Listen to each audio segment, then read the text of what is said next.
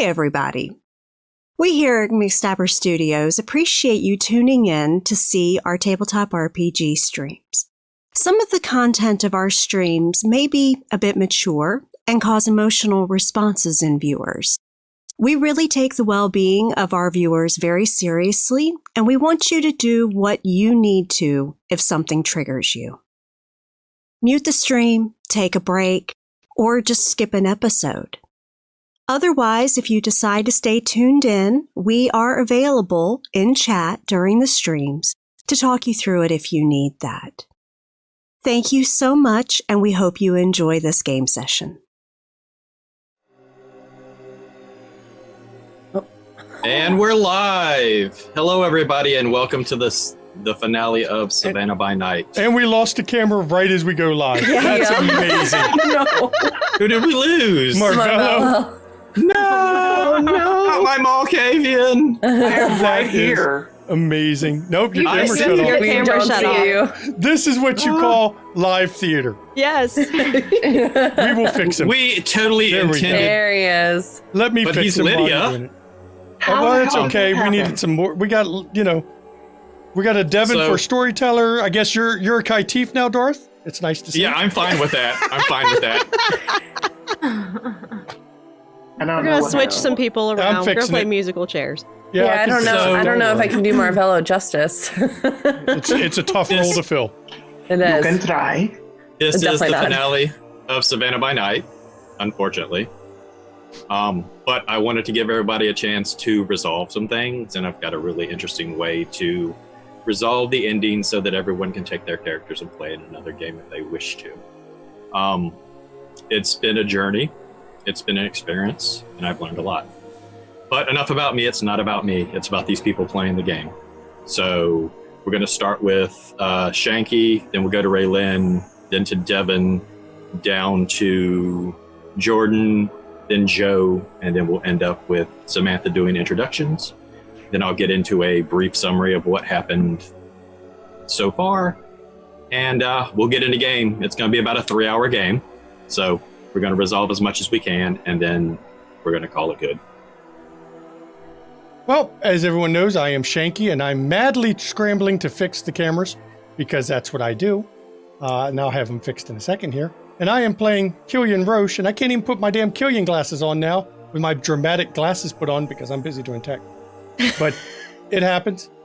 All I got You only have to worry about this one session. This is the last one. Murphy's Law says it doesn't matter. It really doesn't. I will find in another session bad shit happening, because, well, welcome to Streaming. And I am Raylyn Dare, Shanky's wife, and I am playing Dr. Ada Johnson of Clan Hikata. I'm Devin. I'm playing Aramanus, the Toreador. I'm Jordan. I am playing Cecilia Hanal, the Kaitif. Hello, I'm Joe. Nolofanger. Well, this way. Sorry. Better known as Marvello and Malkavian. Who's been catatonic. Yeah. Poor Marvello. I'm waking up. I am Samantha, and I am playing Lydia Thorne, the La Sombra. All right. So, with that, Shanky, are you good with the tech? I do believe I've got everybody fixed now. That is all right. Somewhat. There we go. Now I can dramatically. Now I'm killing. Oh, there's the Killian I know. Yep. So, this game has been a mosh-podge of everything being thrown at these players. They have been fantastic. It started off in a one-shot where they were asked by the prince to find some missing neonates. They did some investigation, found out that there was a strange woman with mind control powers able to mind control the neonates away. They took that back to the prince thinking that it was higher than their pay grade. Someone scryed the soul on the prince. Someone told the prince that he should watch his eyes, and that led to a chain of events. Dr. Johnson began some investigations that somehow got messed up by someone or something. Various other side plots involving the ministry, we've watched as this group went to a mansion and found the neonates and rescued them and took them back to the Tremere Chantry while Marvello stayed in a catatonic state. Everyone left Marvello at the Tremere Chantry with the Tremere ghouls and went to a new coronation, to which many were surprised and not really sure why a new council was being put in place. Dr. Johnson and Aramonus decided to get up and leave, and we will get to that in a minute. We're going to start off with Marvello because I've got a lot to do with him. So much. Marvello, as you are in your premonition, normally it only takes you a few moments to go through a lightning fast reflex of a vision of things that could come to light but are already being altered because of your vision. As you try to pull away from that vision of the shadows separating into three separate shadows with golden eyes, you feel as if you're being held there by something. And as you're being held there, you go into this kind of red, swirling nothingness. And you can hear various voices, some familiar, some very unfamiliar. You hear many of the Malkavian that you've known and interacted with for years. Various talks of Camarilla politics, independent politics, even some talk of, well, maybe the Sabbat had it right. And as you are sitting there, another vision flashes into your eyes. And as you're looking, you see kind of a desk set up with a 6-monitor screen that is very blurry, and you can't really make it out.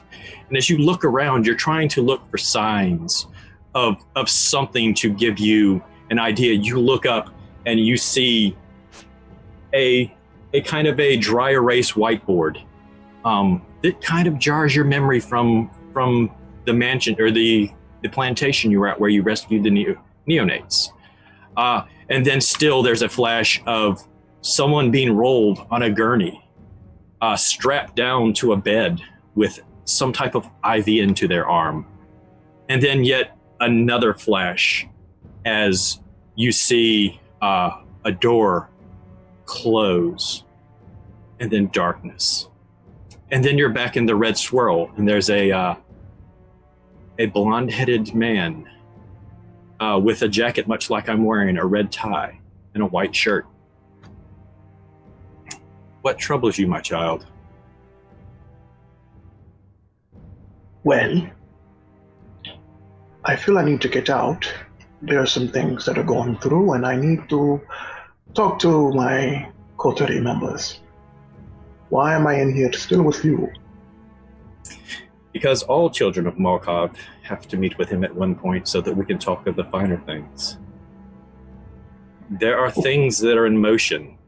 There have been clues left clear in plain sight that have been missed. Explanations that were right there in front of faces all along. And as he says that, you basically get a barrage of the last few sessions, everything that's happening, right up to the point where you see everything that happened last session, including Dr. Johnson and Aramonus getting up at the coronation and leaving. And then you're back there with him. Well, I seem to have missed quite a lot, but it also gives me a great idea. You have done me proud, and it is a privilege to call you one of my children. Now you must go and get the others to unite, for a time is coming that not even I could have foretold. I appreciate that. I'm excited to tell my coterie members the plans I have created just from being in this moment. And with that, Malkov reaches out, he touches your face, and you wake up in a dark room laying on a desk. Oh, holy shit. So, Dr. Johnson? So you've seen that they're at the coronation, so you know you need to get to the coronation. Well, Dr. Johnson and Aramonus are leaving the coronation, but everybody was at the coronation. But why am I in a dark room and... And as you say that, the door opens and there's a mortal. Mr. Marvello, you're awake. Wait a minute. What year is it? Please don't tell me it's 1972. Am I at a keg party? It's not 1972. You're not at a keg party. Okay, thank goodness. The last time I did that, it was a long time ago. No, don't worry about it. What year is this? Where am I? It's the year that President Trump banned TikTok. Ha ha ha. Wow, you're lying to me. Yes. No, he literally banned TikTok. Yeah. Okay. No. I saw this on a television program some years ago. Where are the cameras? On your phone, on my phone.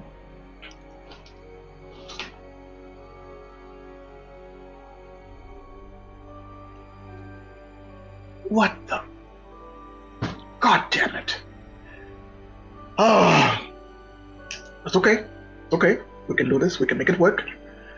Where am I? Who are you? I'm Thomas. I'm one of the Tremere. Everyone. I'm in the You're in Lars's office. Where's Lars? He's at the coronation with everybody else. Yes, I did see that. Food? What are you available for doing? I can take you to the coronation. I can drive you, or I can take you. Please, splendid. All right, and he'll lead you up the stairs out, and he'll come around shortly with the car and pick you up, and that's where we're going to stop with you. Okay. So, as this is going on, Dr. Johnson and Aramonus have gotten up to leave. There's a bit of a tussle going on, or not really a tussle, but there's some sound. There's some, and the new prince just kind of looks, and some of this was to be expected. I didn't think that any of you would be happy with the new council, but I can assure you that due to Mr. Rosh's information that he provided with Fiorenza, we deemed that this was necessary. So I would like to thank you, Mr. Roche, for providing intel vital to the Camarilla success in this city. I do. If anyone else... I do as Miss Fiorenza suggests. If anyone else would like to leave at this moment, you will not be punished. I do not expect anyone to take this coronation to heart because it is a trying time. We had intended to bring former Prince Lennon here to speak with you all and to explain to you in full detail, but it seems that he's gone and locked himself in the office and done something tragic. I guess that's our cue. I think we may have to go check on our hot-headed doctor friend, I believe. And the scene is now yours. I mean, you're free to stay if you want, Lydia. Cecilia, I would suggest, given your newness and inexperience with Camarilla politics, you might not want to be here for the whole coronation if you have a reasonable way to leave without losing status. Well, I'm not sure if I necessarily care about status right now, but I am concerned about, obviously, our doctor. So if it's all right with you, are you intending on heading out? I will depart with you. Perfect. Lydia, of course, it's up to you. If you wish to enjoy this festivity. Absolutely not. I have no intentions on staying any longer than necessary. Well, then I guess we're going to leave. Then Killian gets up, and first I pull Cecilia's chair back. Thank you. And then I actually go and offer to pull Lydia's chair back because we are in public. I will allow that, and then I will get up, yes. After you, ladies. Thank you. As I'm leaving, I'm just gonna shoot like a side-eye glare at the prince and the La Sombra Primogen. They both smile at you. I make my standard displeasure known. I do not look at any of the Primogen Council or the prince because I didn't enjoy being called out. So I deliberately ignore all of them. Cecilia, I think, does the same. Not even realizing it, though. She's just like, all right, what's going on? So it's more out of confusion than anything else. Now, did anyone see where the other two went? Out the door. Out the door, but I'm not exactly sure where. She came in that hearse, so we should have no problems finding her. I don't know. She beat you here. Ooh. And that's a good place to stop. We're going to go to Dr. Johnson and Aramanus. What are the two of you doing? The scene is now yours. Well, Dr. Johnson, when she walked out, she just walked directly to her car. I followed.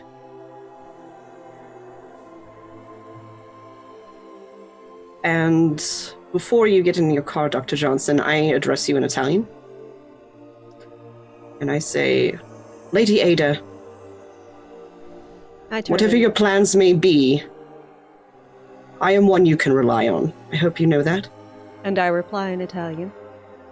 Thank you. Your service will be appreciated. For now, there are more important things to do than sitting in a room with a bunch of men drunk on their power circle jerking themselves. Yes, indeed. I have things I need to look into.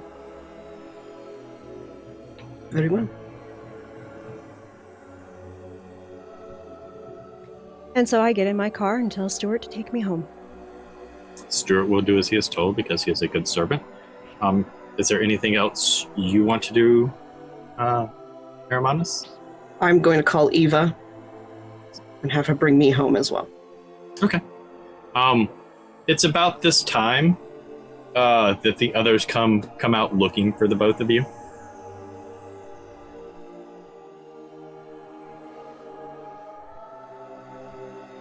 She's gone, isn't she? Yeah, so? Well, she does move quickly, I'll give her that. You would think, given her age, she would be a little more reserved. But, I would strongly advise against telling her that. oh, you can rest assured. She reminds me of my grandmother.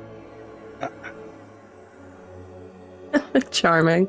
Did anyone know, like, I'm sure that we have some sorts of idea as to where either of them have gone. Do you think that they went together, or would it have been two separate?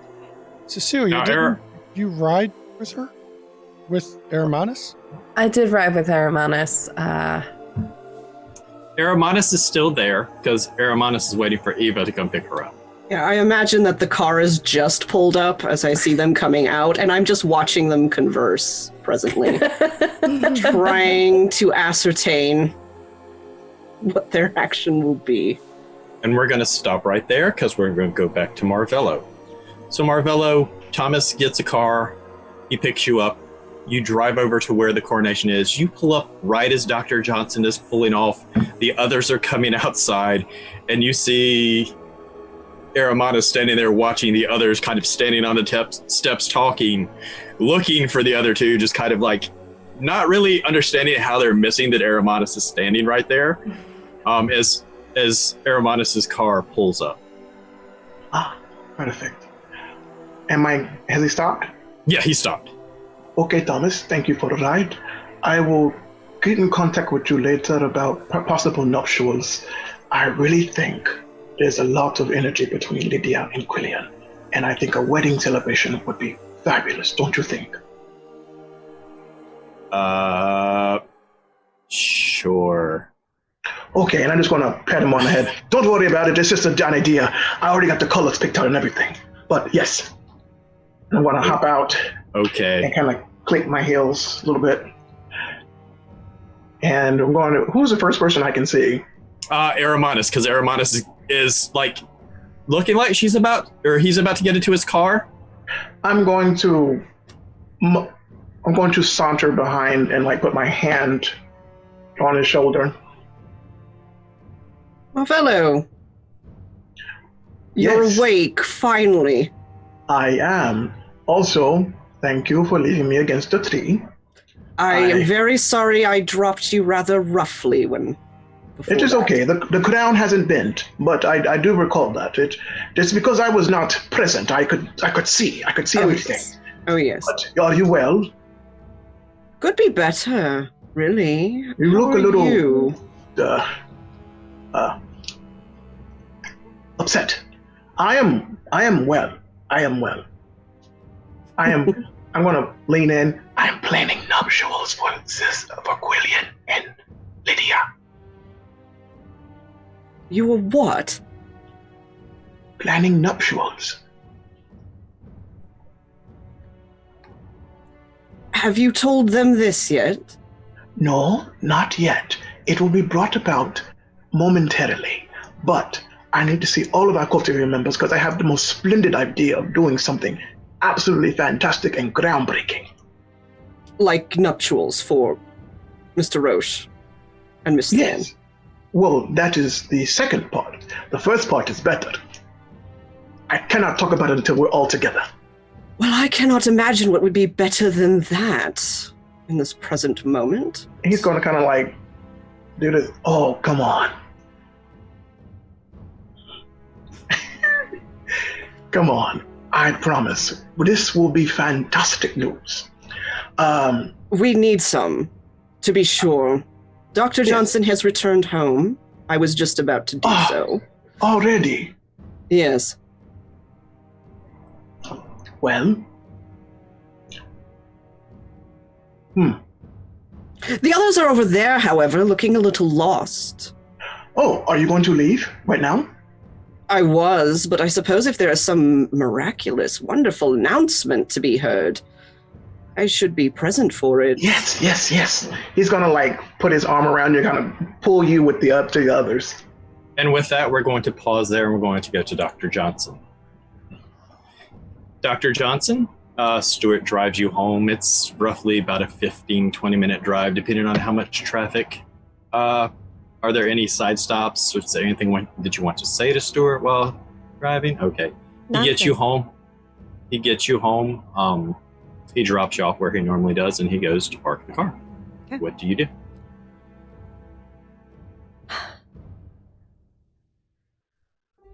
I keep a skull above my threshold. I'm going to basically activate it to let me know if anyone has trespassed. Okay. As you activate it, does it do the whole area or just your haven? My haven. Okay. So no one has been in your haven. Nothing has pinged on the skull. I would like you to make a wits awareness. Mm-hmm. Certainly. Or actually a wits oblivion for me. Certainly.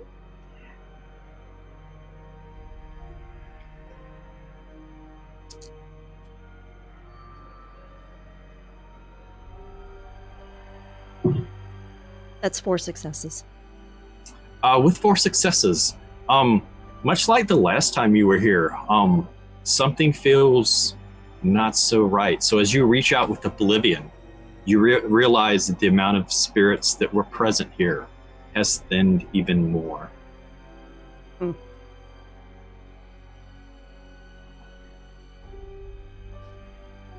Okay, I go in and wait for Stuart to come in. Stuart comes in. Stuart, I'm gonna need bodies. He'll write on his board how many. As many as you can get. Okay. The fresher, the better. Be back soon. Thank you. And he will turn around and leave. Is there anything else you want to do? I'm going to basically make sure that the doors are locked after he leaves, and I am going down to my basement where I have my library. Okay. And while you're in the library, what are you doing? I am researching a book that my sire left me that I have refused to touch because it frightened me. But I will start studying. Okay. While you're studying, we're going to jump back to the rest of the coterie. I do believe that's Marvello. Want to activate awe? I think he's up moving around again. Oh, how wonderful.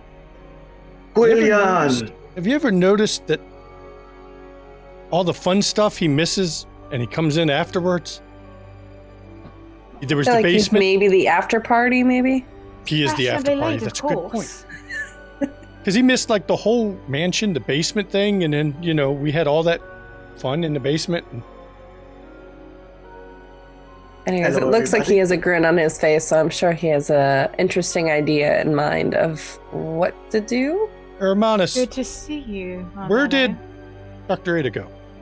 She went home. I guess she's not pleased with the regime No. change. Not at all. Not at all. Now, I know I So- don't know this city. I'm new here, That is unfortunate. but it seems that a number of people don't really like this regime change. Absolutely not. Agreed. Lydia, how are you? I am doing well enough considering the current situations at hand. Yes. How are you doing, my darling? You Uh, have been out for some time. I was quite worried. He's going to walk up to you, Lydia, and take your hands. Thank you so much for carrying my lifeless corpse into the detentry. I do appreciate that. I don't appreciate being possibly mentioned being thrown down the said stairs, but That was I am time. very. No. I don't blame you. I don't blame you. I myself probably would have done it myself if I didn't have on this fabulous crown. But that's precisely the point. I am so excited to be around with everybody, but no one told me that TikTok was gone. Oh dear. I'm sorry. You see, I didn't really do technologies like that so much, so I wasn't. I know. No way of knowing. I know your beauty is very hard on technology. I understand that. But I have a splendid idea. I'm so glad most of you are here. It's sad that Dr. Johnson isn't here, but eventually when we meet up again, I will tell her, or you guys will tell her, however it functions. So, a couple of things. I'm going to start with the hardest thing first. I have decided that if you really want, I can marry you and Quillian. You have absolutely must be joking. I'd sooner marry a Yes, lupine. my friend. No, absolutely not. Absolutely not. That is just absurd. I'm glad that you said that was the hardest part first. Yes, that is the hardest part. I know sometimes you guys are like blood and vinegar, but if you mix it not properly, it can make a nice gin. At least I think. No offense, Cecilia, but I'd marry the Kaiti first. Absolutely not. Oh, okay. Well, that can be arranged too. No. I would second that one. That was not an offer. No I offense love you, either. Marvello, So, Marvello, you would have seen the scene between Cecilia and Aramanus, so you would understand why And then he Cecilia would, is saying, "Oh, I'm sorry. Adomanus is more your speed. I get it. I could marry you together. It's perfectly fine. I am an ordained minister. I got this certificate in 1972. I think it's still valid, but I can still perform services. That is the hardest part. Marvello, do forgive me. I do like you very much. This proposition is making me question that. Please don't force this on anyone. Aramanus, I don't okay. see you commenting on that particular proposition. No offense, Aramanus. There's nothing against you. It's just the idea of marriage, especially right now. None taken. I'm merely wondering why it is that Marvello's suddenly so interested in nuptials. Amidst everything else that could be going on, I just wonder what it was that he was What do you seeing. expect? He has been unconscious for 12 hours.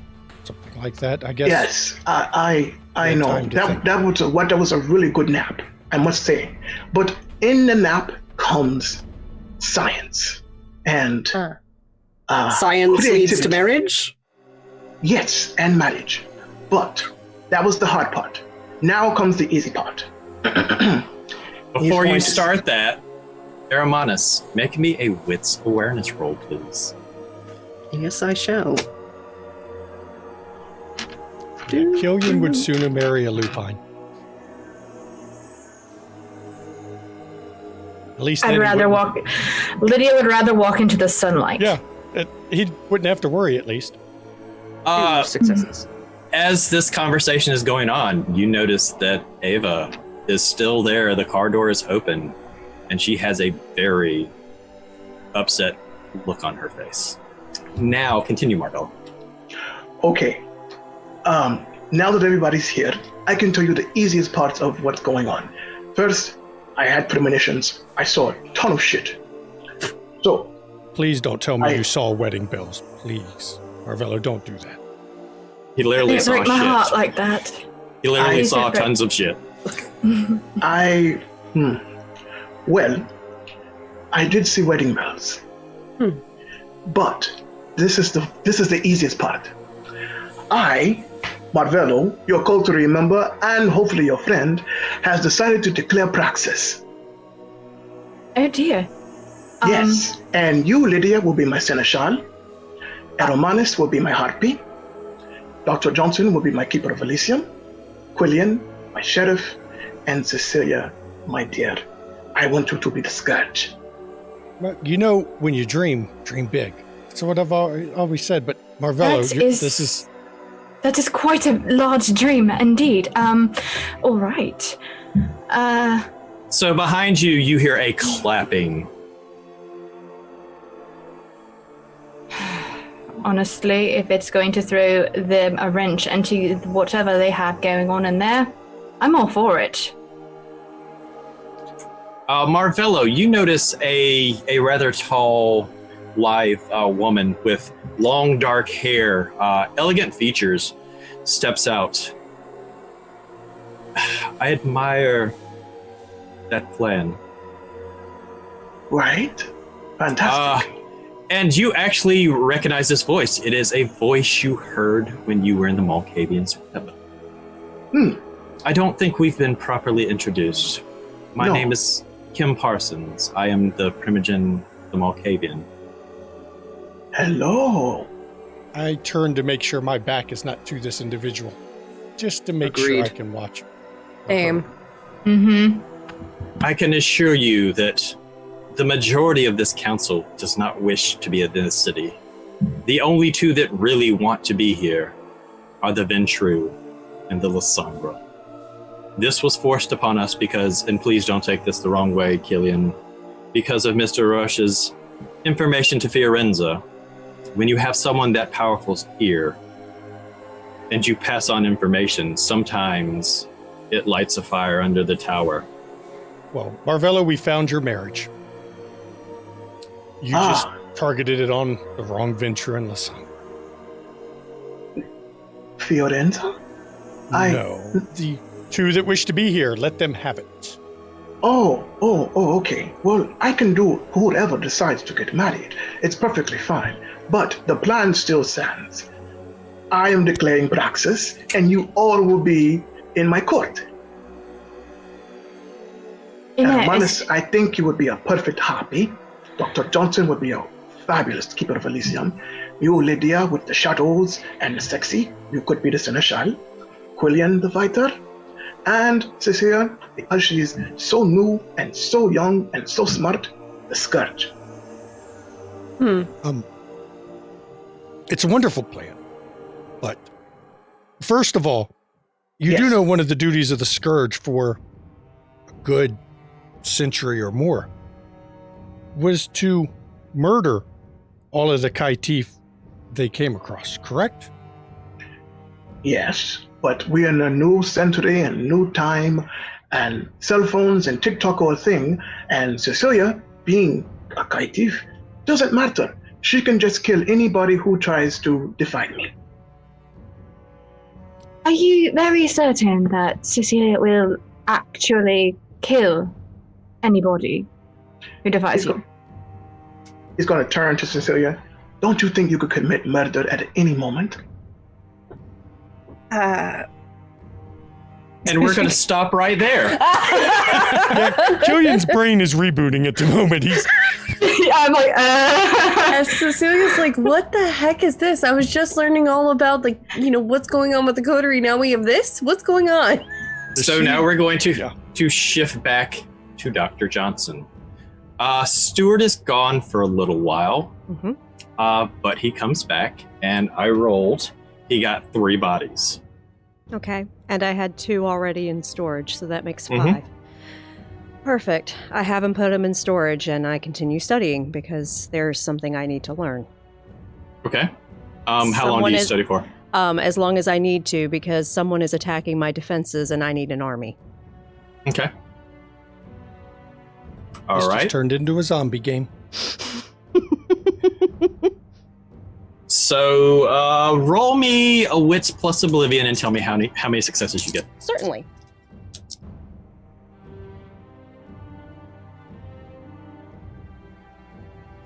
Krillion's brain just rebooted on Marvello. I'm pretty sure it's going to reboot even harder when he finds out she's got a zombie army. That is 6 successes with a crit. All right. So it is going to take 9 hours. Perfect. Is there anything else you would like to do? Or like Stuart to do? I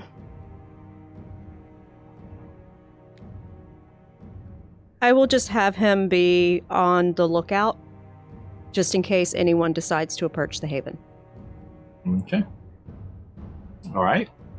We're going to shift back to Cecilia and her response then.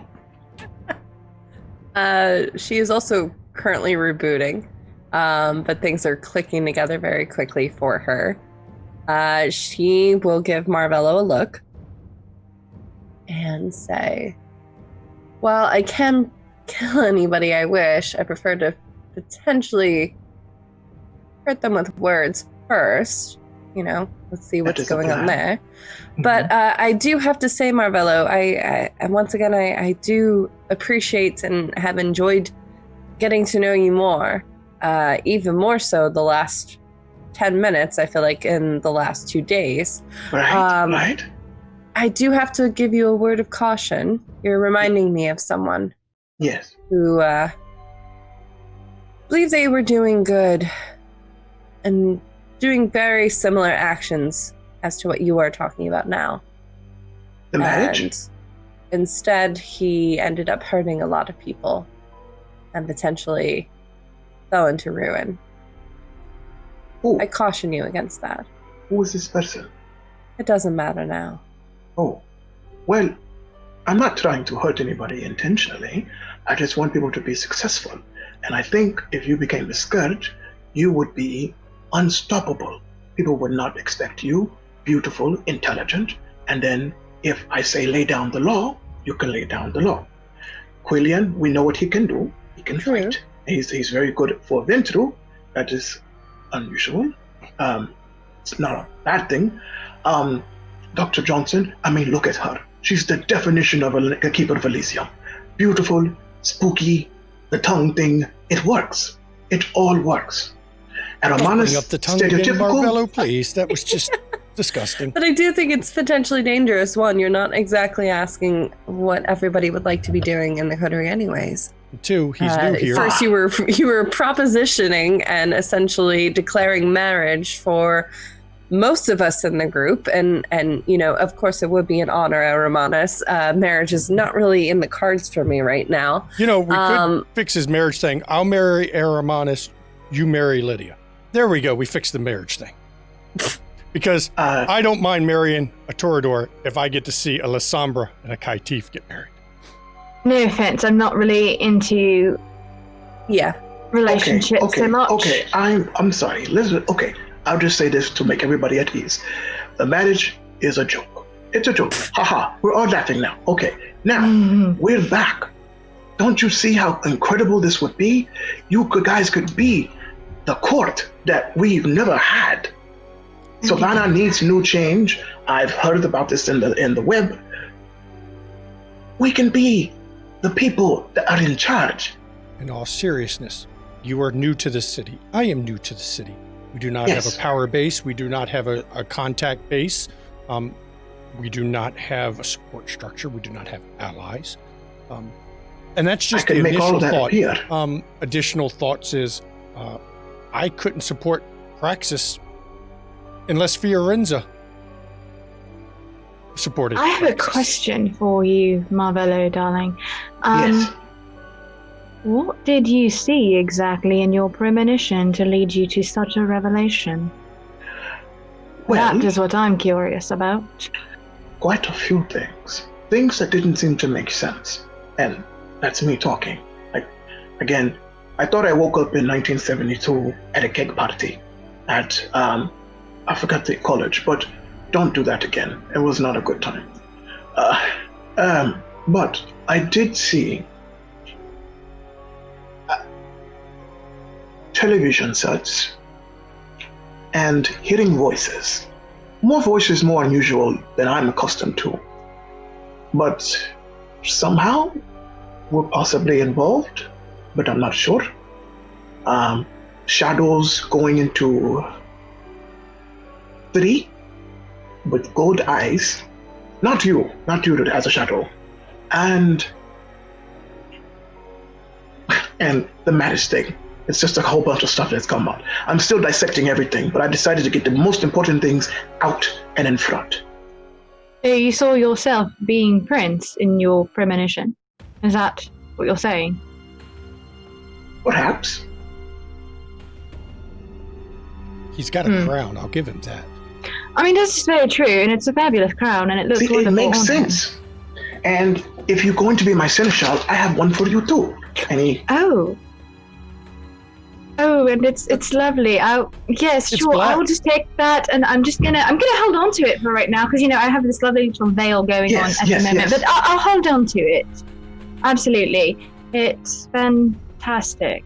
Eromanus, you hear Eva say, "Are we going home? Am I taking you home, or are you staying here?" She Eva- seems really irritated. Eva, drive around the block. I'll let you know. She gets out, she slams the passenger door, and then gets back in and drives off. Marvello, you are lucky. Someone's That you're happy. Malkavian. Because if any other clan stood right outside Elysium and said you're going to declare Praxis, they wouldn't make dayrise. Well, they would probably see You the might not even sunrise. make it to the block, seeing as everybody in power is in there. Mm-hmm. And the Malkavian is still standing there. She's just kind of smiling. I'm watching her, but Let- I'm ignoring her because this is more fun to make her wait. Well, true. Wait, we're at Elysium? Yes, darling. They just had a coronation in that Yes. building. Oh, There's a okay. new So no one, prince. so no one has gone up in smoke yet.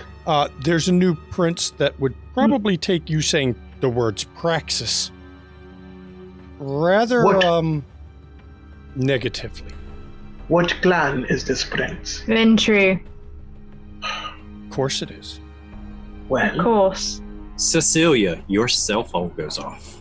Uh-oh. You have a message. It says, "At your place, where are you?" Out. We'll be back later, is what I will respond with. And you know who this is. Yeah. I was like, wait a minute, it could be one of two people. Which one is it? Don't stay out late. Miss you. Put my phone away. Eromanus, what do you think? I think you have a very interesting sense of timing, my dear. Yes. But I think, and I take a minute to consider what I'm going to say. I think there might be someone who would say they have a much greater claim to Praxis in this city. You think Dr. Johnson?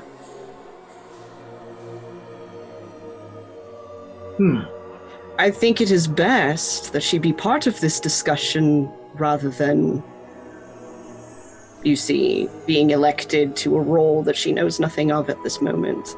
After learning that all that she was set up with presently, until just a few moments ago, has been changed so utterly. Oh, does anyone know where... Well, wait a minute. Before we go any further with that discussion, that's coterie business. And I look over at this woman standing there. What do you want? I want for all of you to be happy. I don't want to be in this city. Well, that's absolutely not going to happen with the current prince or the La Sombra primogen. Not for me, at least. How much do you not want to be in the city? I believe I said that everybody but the Ventru and the La Sombra don't want to be here. We had cush lives in other places.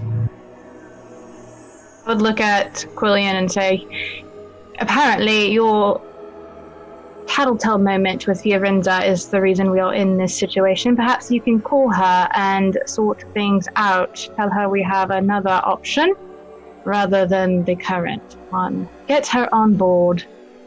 Do you know how if possible, difficult it can be to change that woman's mind when she sets a plan in motion? Well, you're just as stubborn, so I'm sure you can manage. Yes, but in our business relationship, I am not the senior member. Then work your way up the bloody chain. Figure it out. Apparently you're the reason we are in this position. Well, it seems if I ever want to get out of this damn city, I'm going to have to figure something out because... Exactly, or you're stuck here with all of us.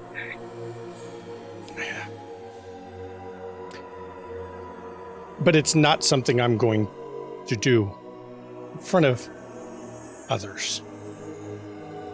Mixed company.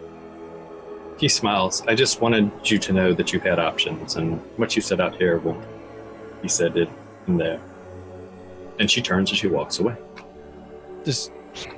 God, oh, that was weird. I don't... Lydia! See? Can't believe I'm going to ask this We have question. support.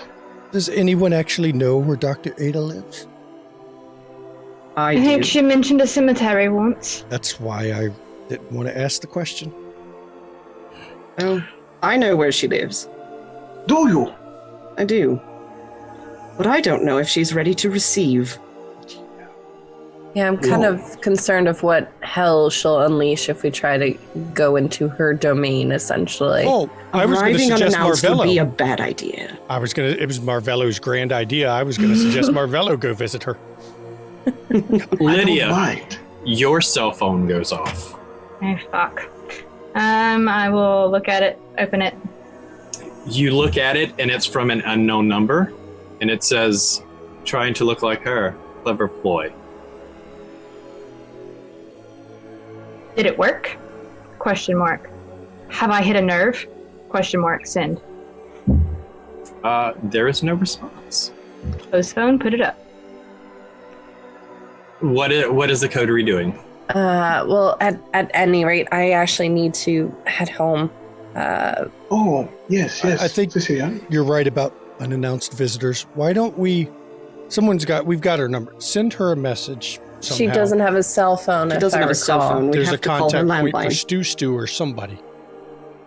To let she her has know a landline. Does anyone have her landline? Yes, I do. Let's meet tomorrow.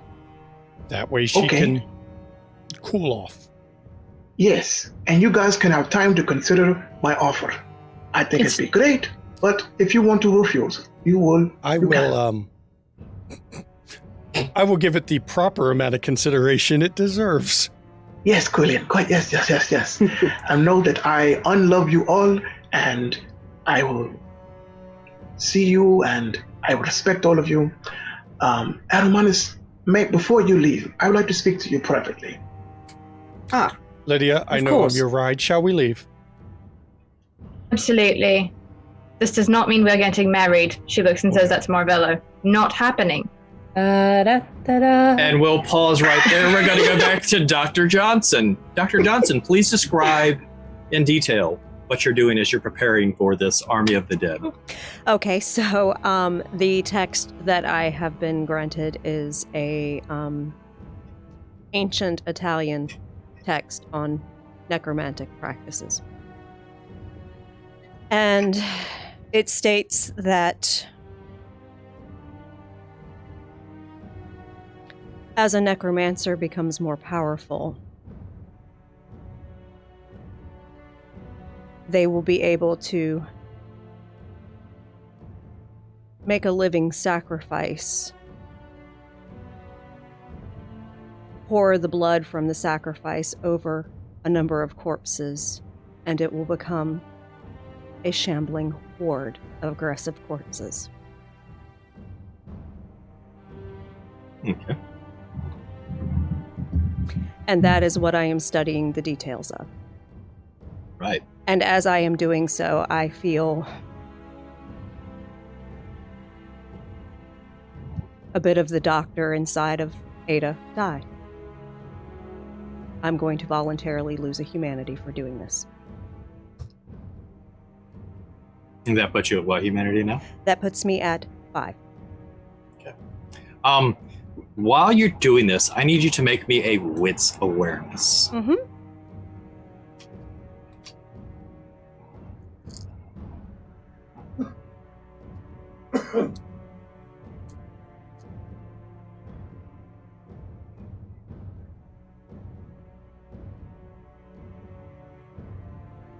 That is 5 successes. As you're poring over this and you're reading this, a feeling you haven't felt in a long time. You don't spook easy, but the hairs on the back of your neck are standing up right now. I turn to look behind me. You turn to look behind you and you see someone you haven't seen in hundreds of years. A Giovanni that you quite readily despise. You know going down that path is against everything you ever were.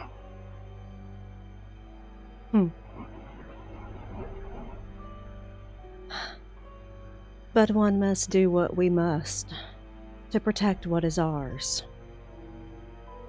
I was just trying to get your attention when my first ploy didn't work. I figured I'd just do it again. I plan to return them. What do you want? The family has reunited, and I want to offer you a spot in it. I want to bury the hatchet between us.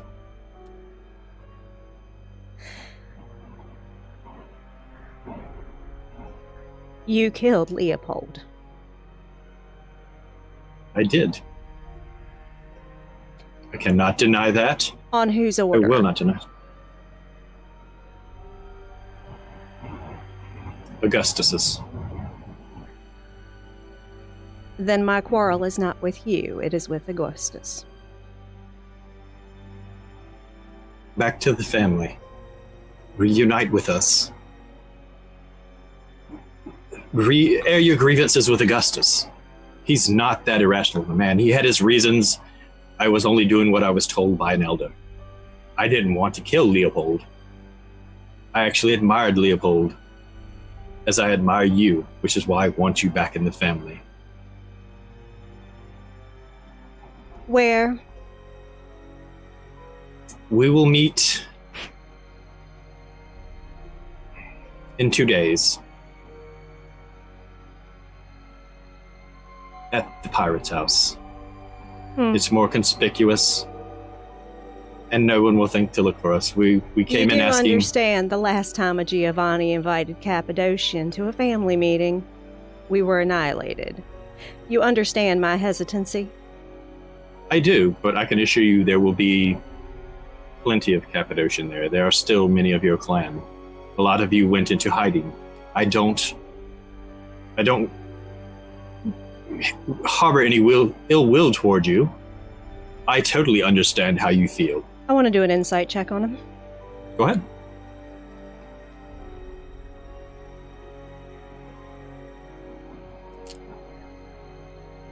in the immortal words, trust no bitches.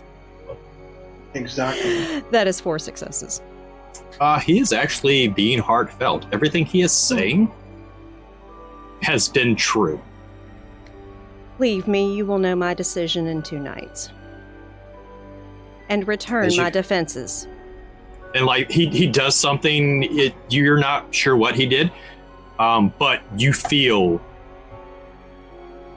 everything Good. that was there before. And he turns and leaves. He doesn't say anything else. Do I you go return. back? I go back to my study. All right, we're going to jump back to the others. Cecilia, my darling, do you need a ride? I'll be glad to take it, but I would rather not piss off your keeper, essentially. I don't mind taking an Uber or a Lyft otherwise. She needs to learn her place. Be reminded. I think it's cute. Do you? I give you a look of bemusement at that. At about that time, Ava pulls back up. Oh, right on time. Uncanny. Marvello, Yes. I do wish to discuss with you, but if it is not something to be discussed in front of Cecilia, would you ride with us Of course. as of I course. take her home? Yes. Very well. Do you, Thank Cecilia? you. Thank you very much. I give you shotgun. Yes. Of course. He's going to take it anyway. I mean, he's Yeah, going to take it anyway. I know Killian and Lydia are getting in his car, but I'll let you all have your scene, and then we can flash to us in my car. So, Ava, is it? That's Yes. right. Oh, Yes. Oh, Doko, you talk. So you do have a tongue in your mouth. You can speak. She does have a tongue in her mouth. Okay. Is it Oh. like uncommon for someone who drives a car to have a tongue in their mouth? Because Well, if you hang Quite- around with us for a while, question: does Ava know your kindred? Aramanus. Oh, yes. Okay. Oh, yes, she knows. well, when you hang around with us, sometimes you end up losing your tongue or being used in a spooky ritual to do crazy things. Really have to get a new job. Oh, I don't think you have to. I think this is quite nice. This is a nice vehicle, and I'm enjoying this. I am enjoying the shotgun. You have a beautiful visage about you. But that's not the point. And he's going to turn around to the back. Screw you. I need to talk to these people instead. and without like missing a beat, Ava just lets out this sigh and starts driving. So, Cecilia Aromanis, what do you think? About, are you trying to proposition the marriage thing again, or... Oh, no, not at all. You've said a lot of things, so I need clarification on which one. I know it can be overwhelming, I know, but I think that it can work. It really can. But one moment, Cecilia. Aromanis, since I've reached your company again, you seem rather frustrated. What else has happened? Oh, just everything that happened in the coronation that you missed. Yes. Was it that bad? It was bad. You know it was that bad, Marvello. You saw the whole thing. It was bad. It was Okay. not ideal. Well, I think if we really wanted to, we could make some Primogen disappear. My, you did come out of your vision with grand plans. Look, we only live on life forever. Why not? What is the term? YOLO? That is, I heard that from a song. A mortal saying it. I can't remember. It's a long time ago. But you only live once, and we are living once forever, and then we start over. It's like looking at the cycle of the moon. One day, it is full, and then it looks like a fingernail, and then the other day, cheese. That's a lovely metaphor. Yes. Oh, thank you. I know because you're a poet, you do it much better than I can. But I want to make sure that you're all right because you looked very frustrated and very upset. Well, as you arrived, I was considering whether I should move my residences to someplace more secure. Ah. But wouldn't you be secure if you became the harpy? Would I? I would think so. I don't know. You're beautiful. Beauty Thank you. has a thing. It works. I don't know what power you got, but I'm pretty sure you can manage. If I think you as old as I think you are. And for the first time, you're going to see him kind of like... And it's very quick.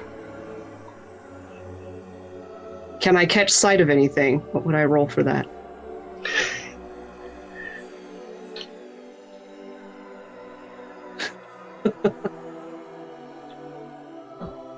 I'll wits awareness that. Okay. When in doubt, wits awareness, everything. Literally everything. 2 successes.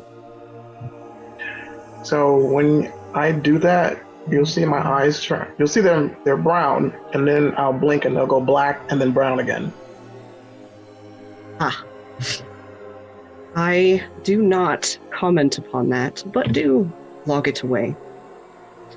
And I say, Marvello, my darling. Yes. Are you about to propose to me? No, Oh. I was not. But would it offend you greatly if I did not? No, not at all. Good. Very good. You are asking me to do something I have spent much of my unlife avoiding. Oh, You see. have I offended you? No, not at all. Your vote of confidence is flattering. Okay. It is, very kind of you. But a solid no. But perhaps not for the reason you think. As I mentioned on the sidewalk, Dr. Johnson has much greater claim to praxis of this city. And I would just be infringing upon that. And it would cause some trouble in allegiances, one might say. Oh, I hadn't thought about that. I just thought I could declare praxis and we all can live hunky-dory, as they say. Well, it might still be an option. But Yes. as I said, it would be something you would need to run past Dr. Johnson. I agree. And she left by the time I got here. I had to plan to do everything. I had flowers. I even secured some eyeballs for her because she likes stuff like that. You secured eyeballs for her. Yeah, he's gonna open his jacket and put like a set of, in a container, some eyeballs. May I see that? Yes. I take just it- like cocking her head like, what? And I look at it. Why, that is a lovely gift. Right? Where did they come from? The generous donor would like to remain anonymous. Lovely. So generous. And I hand it back to you. But he's gonna stuff it back in there. I never even thought about that. She is the senior member of this coterie. She is. But I didn't think from her demeanor that she would want to be prince. That is But- why it would be very politic to ask. Oh, I just had an idea.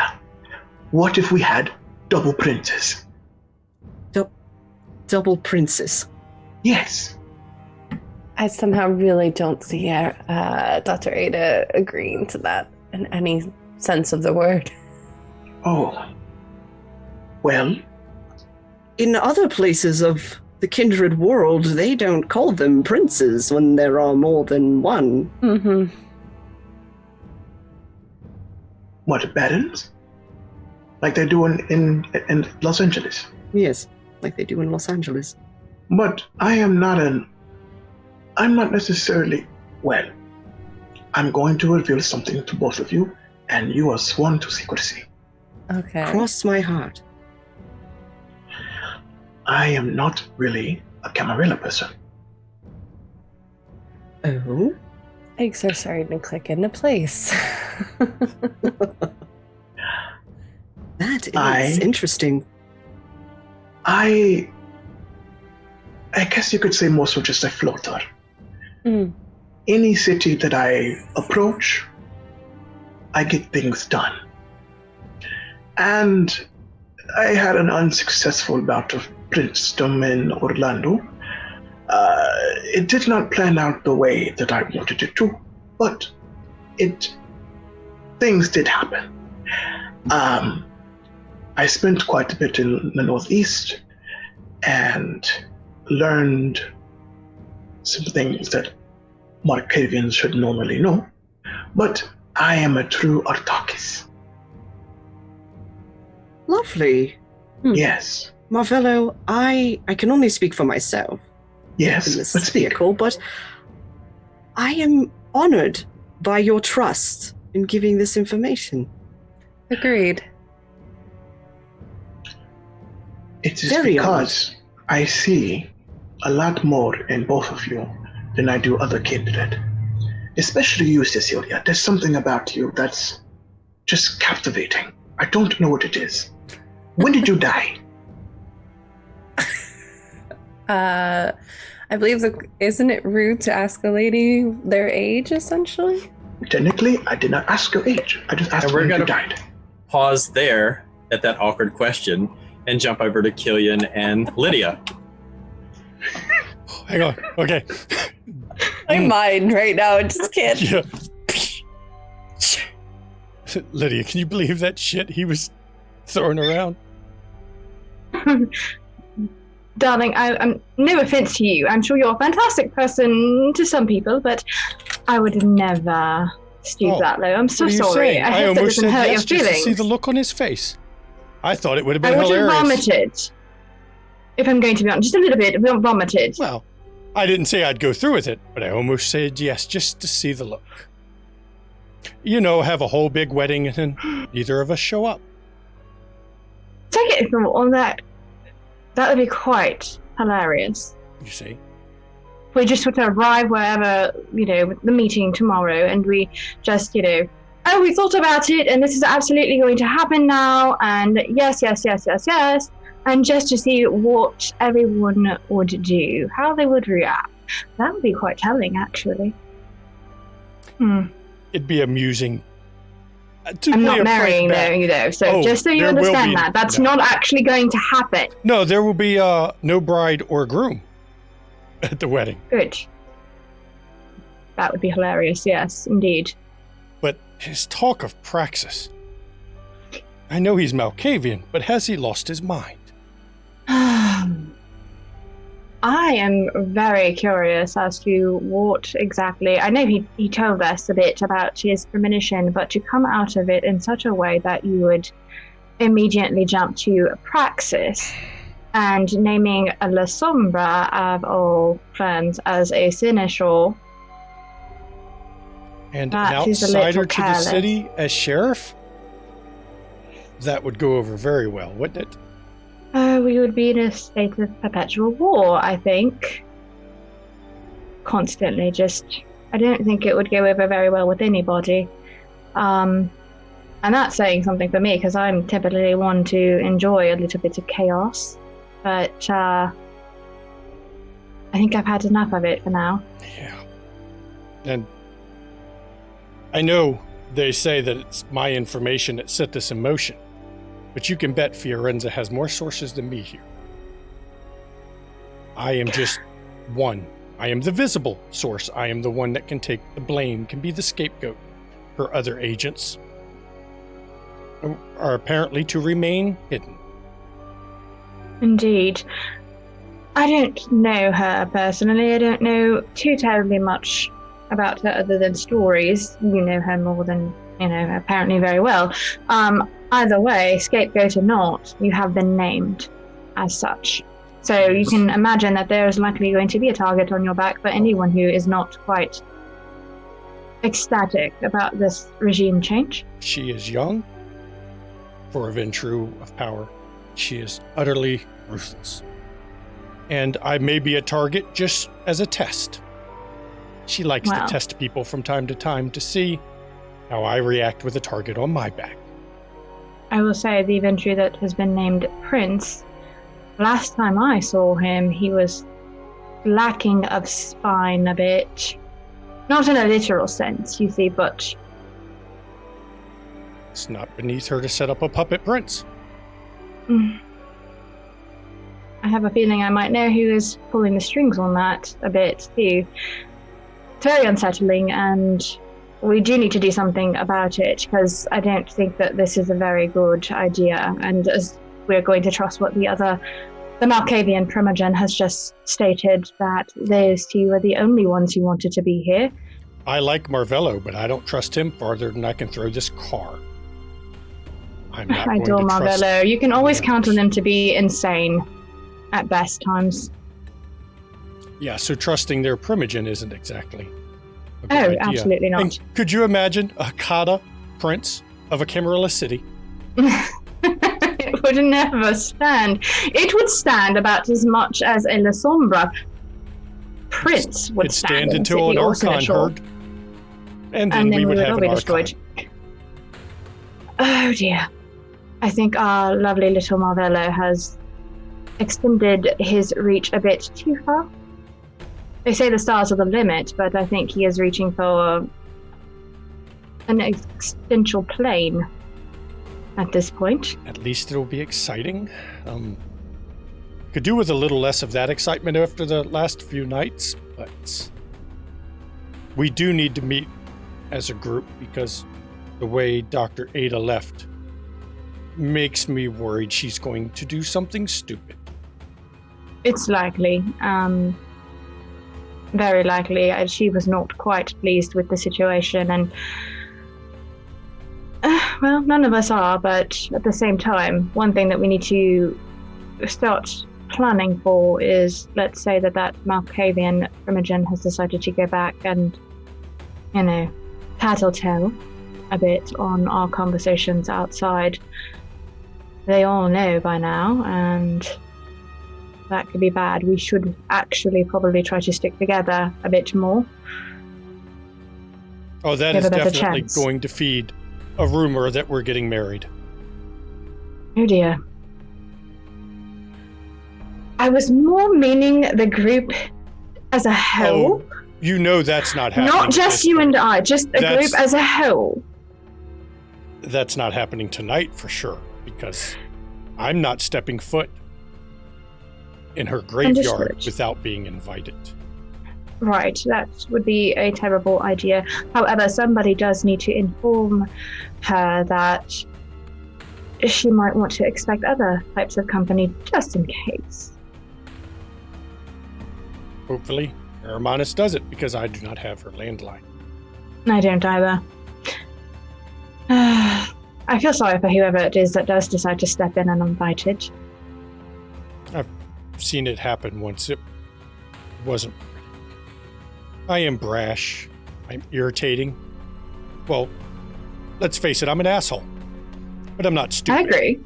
I am not stupid. I do not step. Okay, I'll give you that one. Monger's property. Yeah, that's not exactly something someone of any amount of intelligence would do. So, I got an idea. We'll say we'll get married, but only if Marvello and Cecilia get married. And then we won't show up. Yes, absolutely, that would be perfect! Brilliant, I give you that one too. Brilliant, absolutely bloody brilliant. I love it. That would be quite a thing, but they have to do it first. Yes, well, of course. Or when they do theirs, then we leave. Change your mind. I don't. And then we'll leave. Love it. You can shadow step. Can you shadow step? Not No, not quite, not that. Yeah, but it's okay. fine, it's fine. I have other means of getting away. That's not a problem. But yes, we should absolutely do that. We should tell them that we will absolutely get married, and they have to get married first. Because it has to be a double marriage. Right. You can't do anything singularly anymore. Everything has to be done in pairs, apparently, from what I've heard. And then they get married, they have their little nuptial session, and then you and I will just be gone. Lillian, your phone goes off. Who is it? It is from Fiorenza, and that's where we're going to stop that. We're going to jump back over to Dr. Johnson, because we're getting toward the end of the night. You finish up your ritual, so describe what you're doing. Okay, so now I know that I am going to need a living sacrifice for this. I will put it to bed for now, because I have to plot out how I am going to obtain said living sacrifice, because the only option I have is Stuart, and I'm not willing to sacrifice him just yet. Okay. Is there anything else you want to do before you go to bed?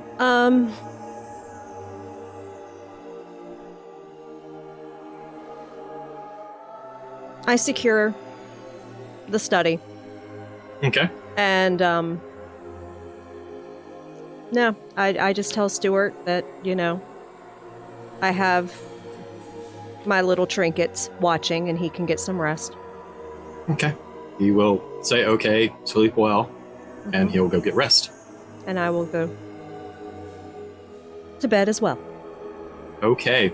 So is there any other conversation that's going to happen in the car before Cecilia and Marvello get dropped off? I am going to call Dr. Ada's landline, see if Stuart picks up. He doesn't talk. Oh, you hear I mean, he can pick up the phone, though. He can hear. He's not dead. Uh-huh. Smack the phone once for yes, so twice for no. He will That's exactly it. Because the only people who have my number are ones I know. So, yeah, go ahead. and he would definitely pick up. Snort once for yes, twice for no. So once he picks up, I say, Stuart, darling, would you please, at Dr. Johnson's convenience, I suppose she may be getting prepared for bed, but early in the evening, would you let her know, please, that the rest of the coterie would like to meet with her on her terms, if it is amenable? Knock once for yes. Or he pushes like the number 1 or something. Right. You just start smashing buttons. Lovely. Thank you, Stuart. You have a lovely evening. He has a mechanical button by the phone. He pushes one button. It says yes. He pushes a no. All right, so you do that. Dr. Johnson, Stuart will come tell you that before you go to bed, or he will come write that for you before you go to bed. Okay. I will let him know that... Well, Stuart, I am not comfortable leaving this place at this time. They can come here when they arrive.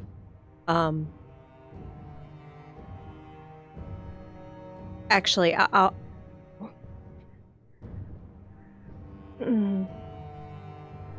Yeah. When they arrive, see them to the parlor. I'll give them a call early and let them know that they can come. Okay. Back to the car. Is there any other conversation before Marvello and Cecilia get dropped off? Cecilia, do you need a ride tomorrow night? Probably, if it's not too much of an imposition. No, not at all. When shall I collect you? Whenever you feel like it, I guess. Since I believe Dr. Johnson will be in contact with you about, I guess, when is a good time for her. Yes. Or I could pick you all up. I think it would be more gentlemanly. Would you? Yes. Well, I have a Porsche. It has enough space, and we can listen to Britney Spears. Or Fergie. I heard Fergie is really popular too. At least.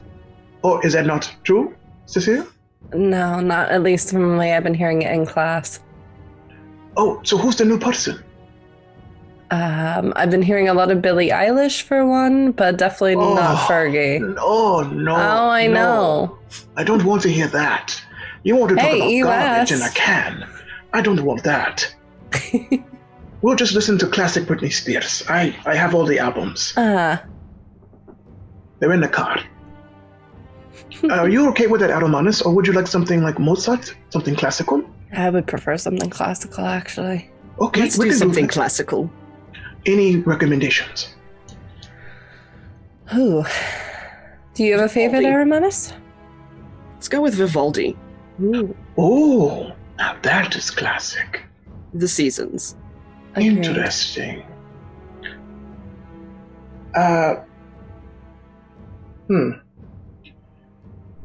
I'm going to reach back and hold your hand, Aromanis. I'd like to do premonition.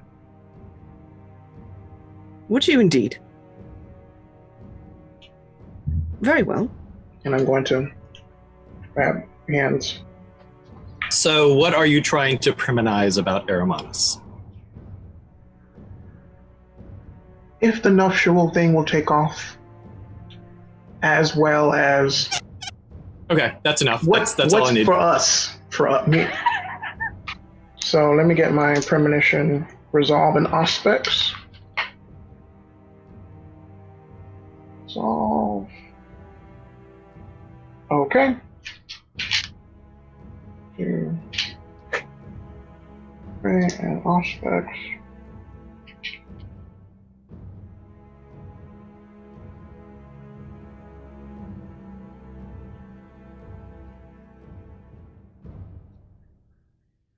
Whoa. Critical success or 6. 6. So, as you try to focus on the marriage and the prenuptials and who's going to actually marry who and who's going to be happy together and what's going to happen to the coterie, you see an altar that is empty. The wedding decorations are there, but no one is standing. Not even you are standing there to preside over the ceremony.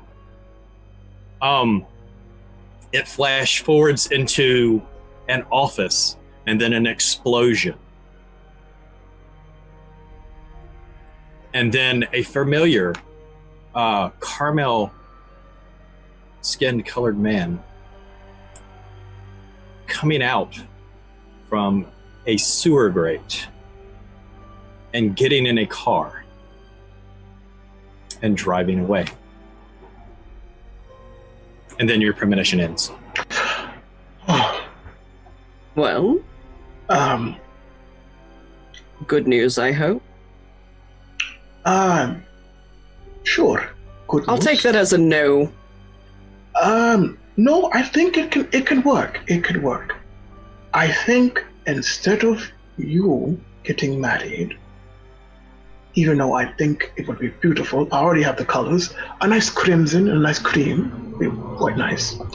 Especially to accent your features, because you're both really beautiful. Dr. Johnson, go with me, Dr. Johnson, and Bishop. It was not Bishop. No, I'm just... Oh, okay. You know who it is, right? I do. Okay. I would be very careful not to say that around Dr. Johnson. I think she might kill you where you stand. I'd hope not. I think she would respect me a lot more than that. Oh, She would at least have scathing words for you, but I cannot express how much of a bad idea yes. such a suggestion would be.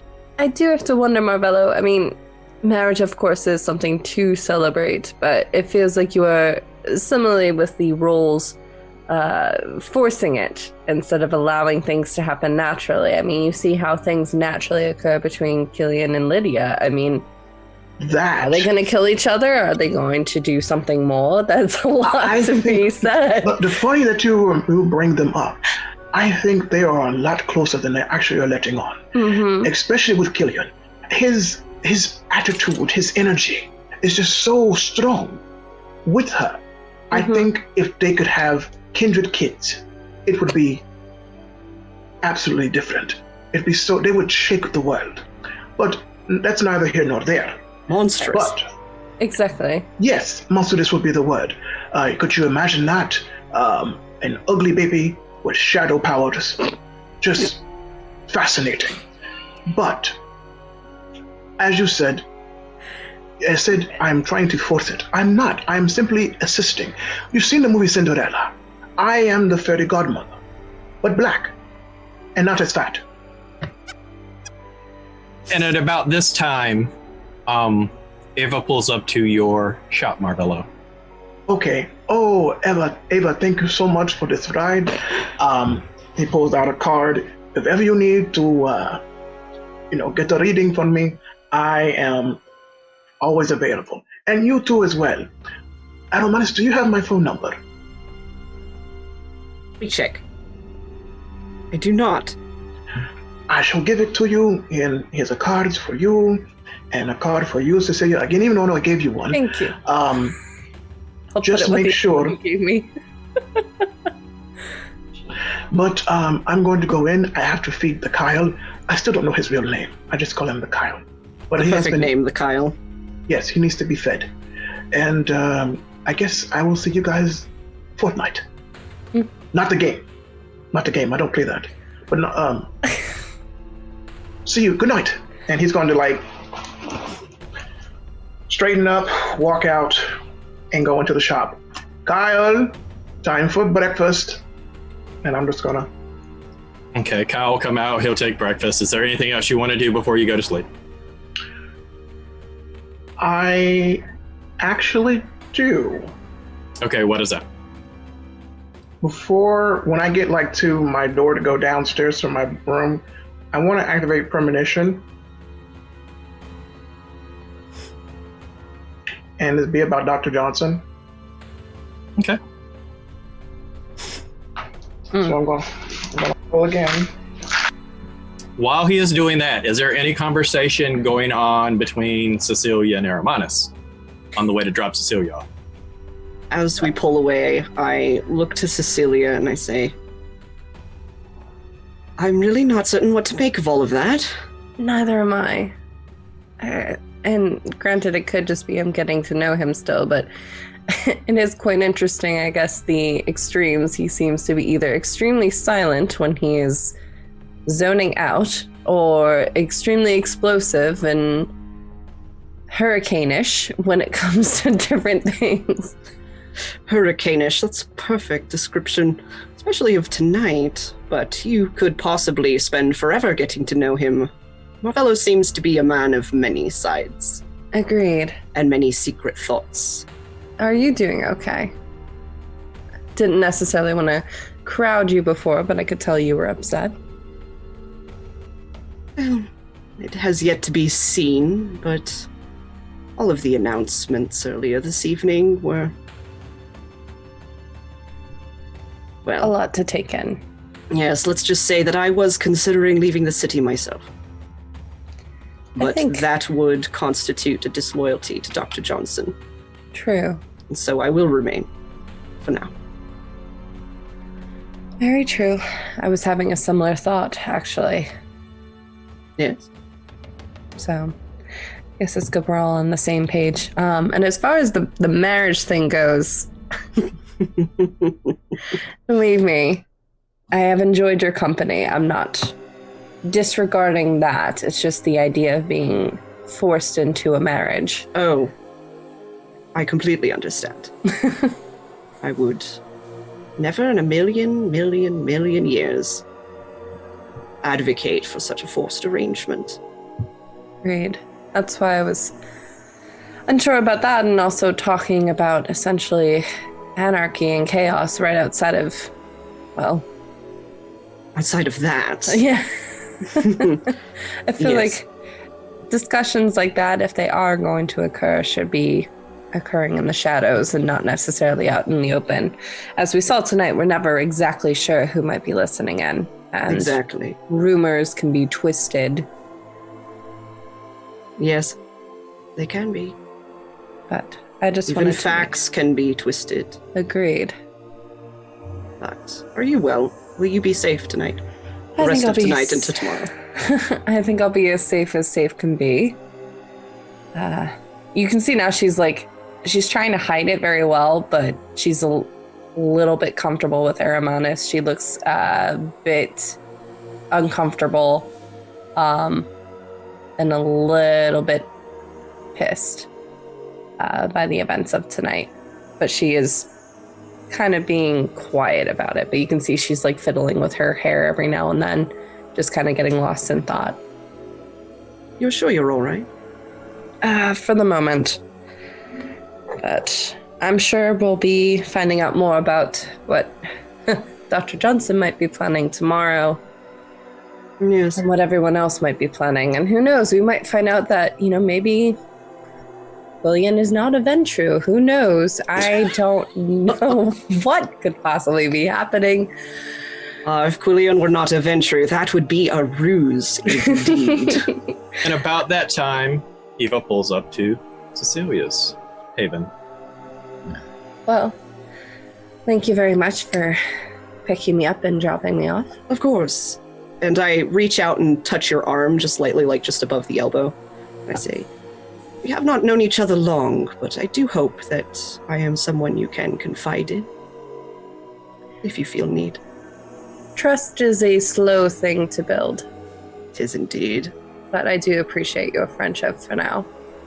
And she'll put her hand on top of Aramonis's and give it like a small squeeze, and then head out the door. I let you go. Do you have any conversation with Ava on the way? Because I'm trying to get everybody to... Sure. Brief conversation, simply that it's time for her to be fed too. What if I don't want to? Are you certain you don't want to? You seem to have enough company. Well, why would you need mine? If you have not figured that out, perhaps I do not have use for you. It's up to you.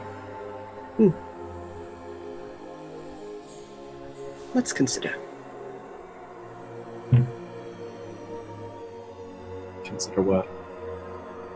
Consider what it might mean for you if you are of no use to me now. If you cut my tongue out, would you kill me? Uncertain. What do you think I will do? Does it even really matter? You could do what you wanted to, and there's nothing I could do to stop you, so what's the point?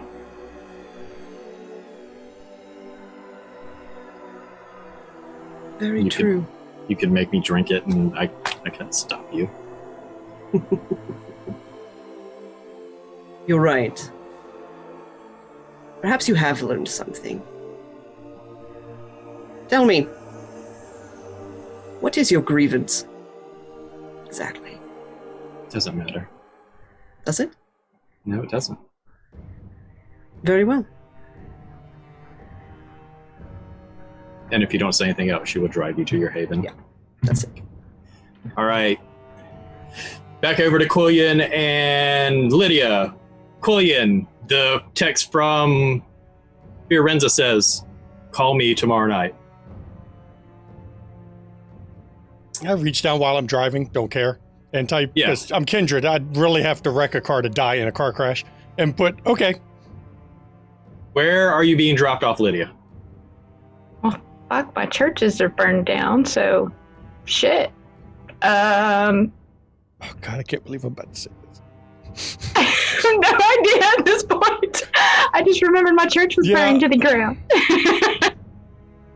This should be amusing to start rumors, but there's an extra room at the gym. Oh dear. A different room. Absolutely, yes. Fine. That will suffice until I can manage to. Okay. The two of you arrive at Quillian's haven. You go to your separate rooms. Is there anything either one of you want to do before you go to sleep? I send a text to Fiorenza, other than okay now. Thanks for making me a target. And that's it. Okay. There's no response tonight.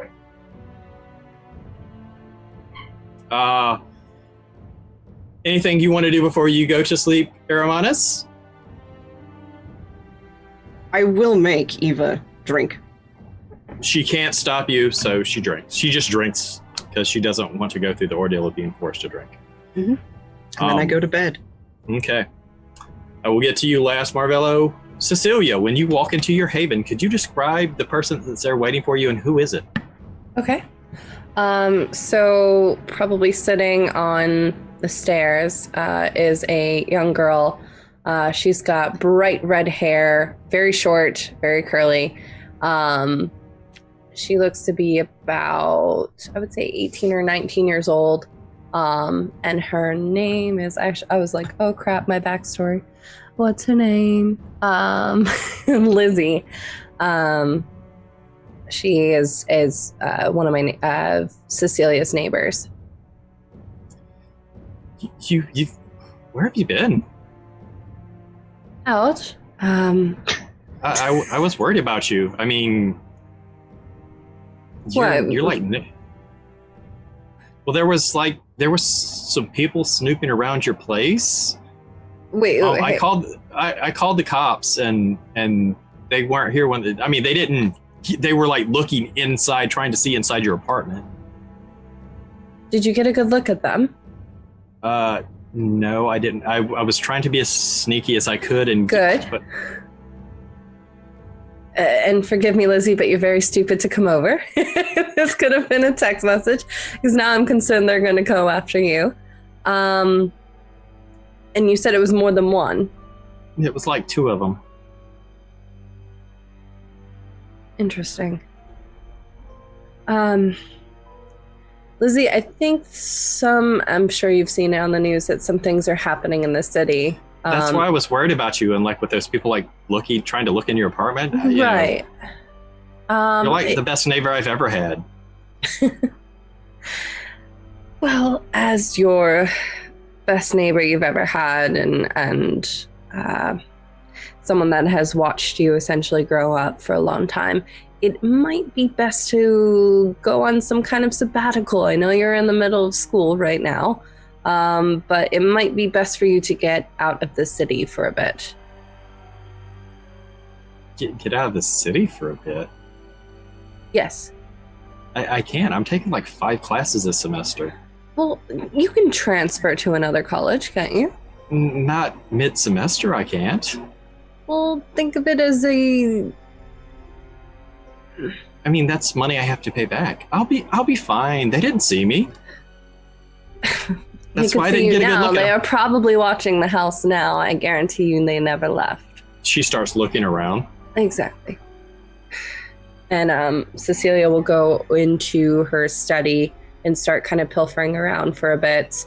And then she'll come back with a stack of cash to give to Lizzie. Why are you doing this?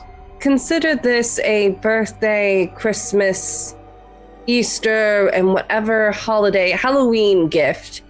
And can it just be a Halloween gift? Sure. Okay, yeah, that's cool. Go elsewhere. You've always wanted to go abroad, so here you go. And there should be some left over to pay for schooling as well. But you should get out of the city as quickly as possible. But, I mean, I won't have a neighbor as cool as you, though. Well, I could always come visit you wherever you go. You have my contact. Would you? Sure. Would you really? Depending on where you are, yes. She doesn't even think about it. She just hugs you. Oh. I will hug her back, still kind of like reeling from the evening. But it would be in your best interest to get out of here before I don't even know what else is going to happen. And she does not realize that you are not breathing. Because I rolled for it. So she's going to go start packing. Is there anything else you want to do before you go to sleep?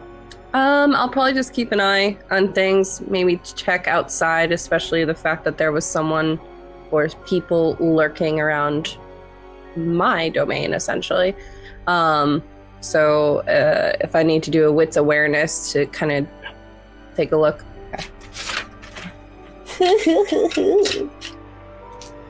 While you're doing that, Marvello, your premonition. on Dr. Johnson, you see sadness, you see anger, you see fear. And as she comes into view, she looks more dead, and her eyes have changed color.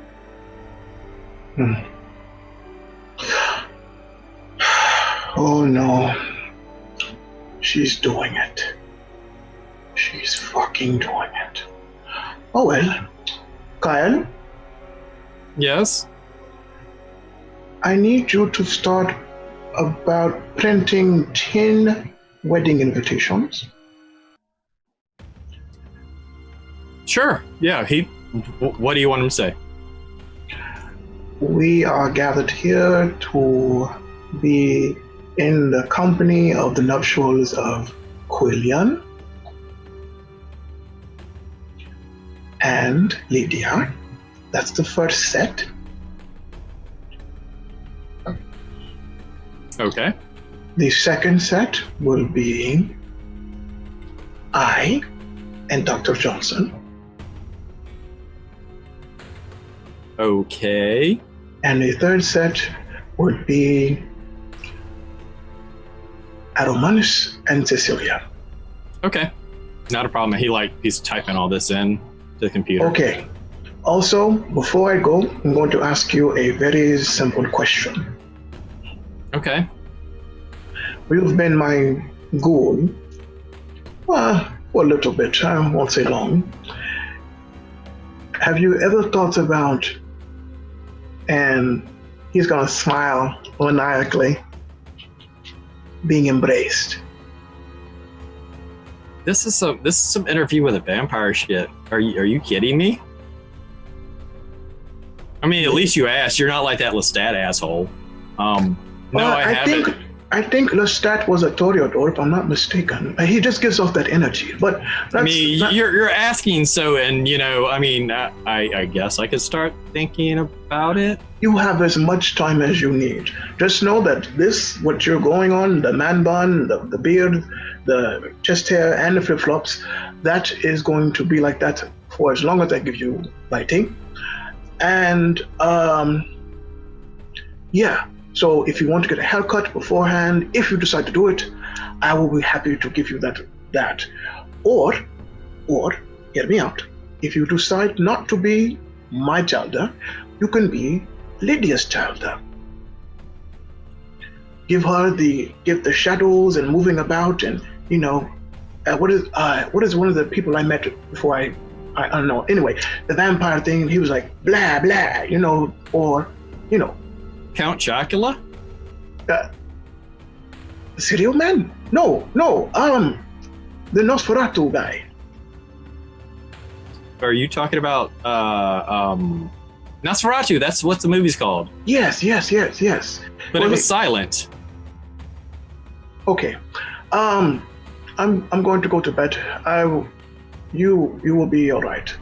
But prepare these invitations. Have them ready by tomorrow night. Change your underwear too. You need new underwear. Okay. And I'm going to give him a hug.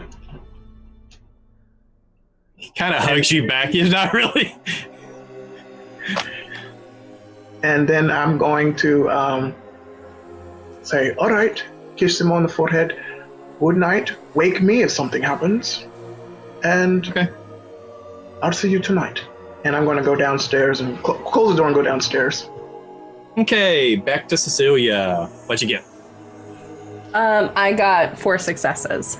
4 successes. You see kind of in the dirt around by where your windowsill are, you see footprints of some, to your guess, they're dress shoes. They're not sneakers. They have a distinct line. There are no tracks. It's like a flat pattern. There are two sets. One looks to be about a size 8. The other is about a size 13. Okay. Do I see anyone watching the house still? Nope. No? Okay. All right. I will literally keep an eye on Lizzie for a bit and then eventually go to bed. All right. And as After everybody... locking up the house. Okay. I assume you guys automatically lock up your havens when you go to bed. Mm-hmm. And that's where we're going to take a break. So everyone enjoy the break music and the break art provided by, I don't know, Lady Mirrowif, but I forget who made the awesome poster, but it's fucking Combustion awesome. Girl. Combustion Combustion Girl. Girl. Yes, Combustion you were in the Girl. chat. Sound There, off. right in chat. Combustion Girl, amazing poster at the beginning. I love it. And of course, as always, break music is by Carlene. So she does amazing music and lets us use it. So we love her for it. So see you in 10 minutes.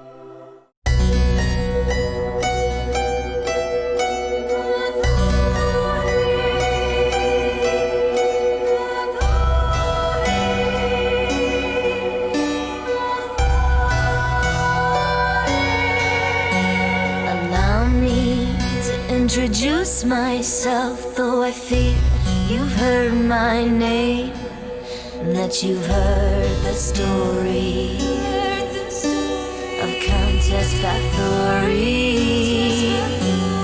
History is told by the victors, heroic warriors, and mad kings. Will you hear my story?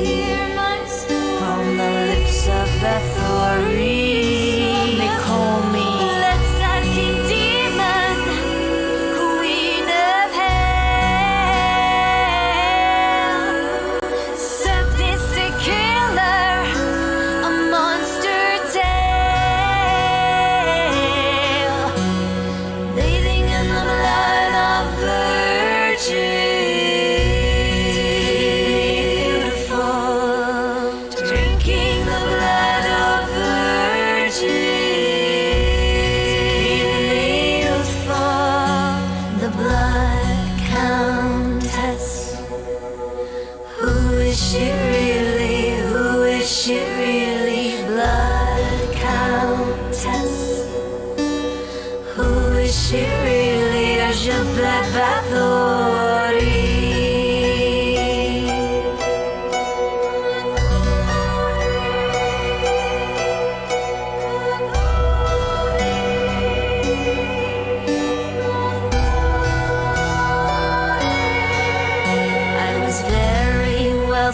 And powerful, a widow with political rivals keen to destroy me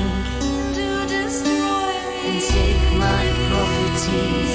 My plea was never offered. All my confessors were all tortured, or how they destroyed me.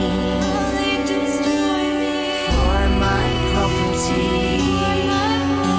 They put me up, shut me up, shut me up, put me up, put me up, shut me up, and told a story of a bitch called Bathory.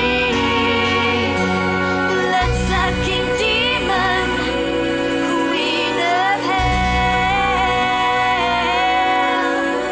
sadistic killer, a monster tale, bathing in the blood of virgins,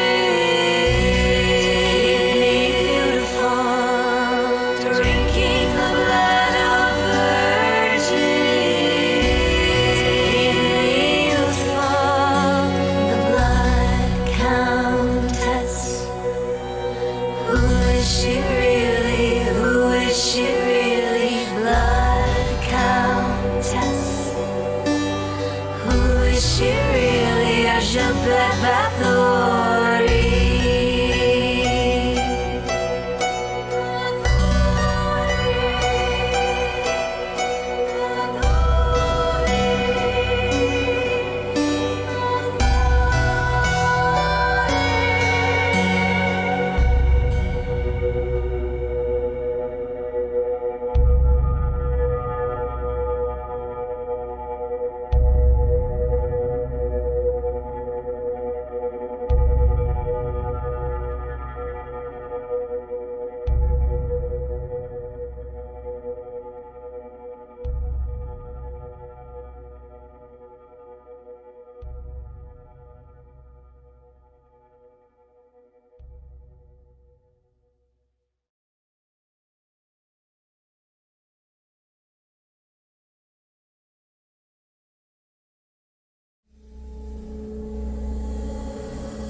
Splinters of my soul cut through your skin and burrow within, and burrow within.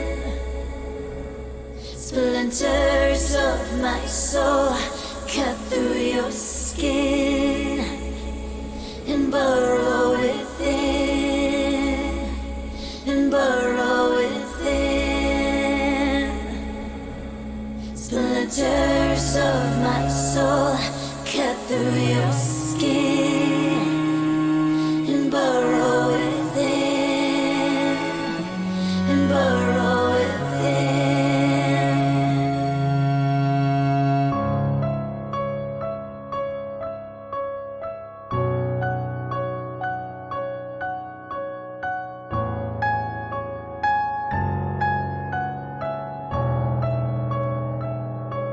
I've always been the hunter, nothing on my tail.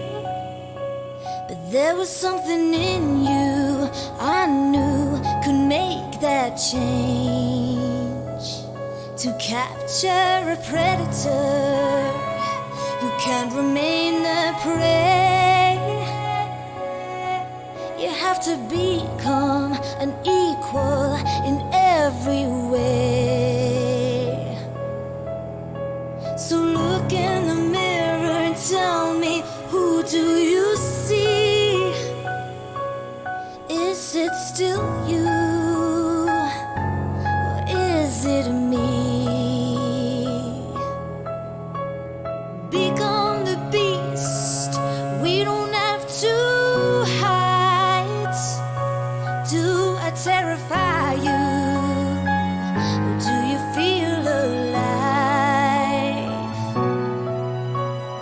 Do you feel the hunger? Does it howl inside? Does it terrify you? Or do you feel alive? Splinters of my soul cut through your skin and burrow within, and burrow within. Splinters of my soul cut through your skin and burrow within, and burrow within.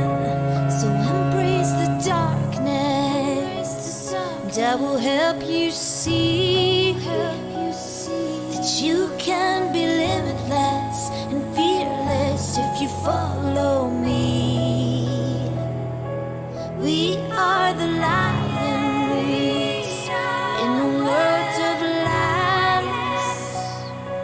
We are the predators, the hunters, the hunters, the hunters.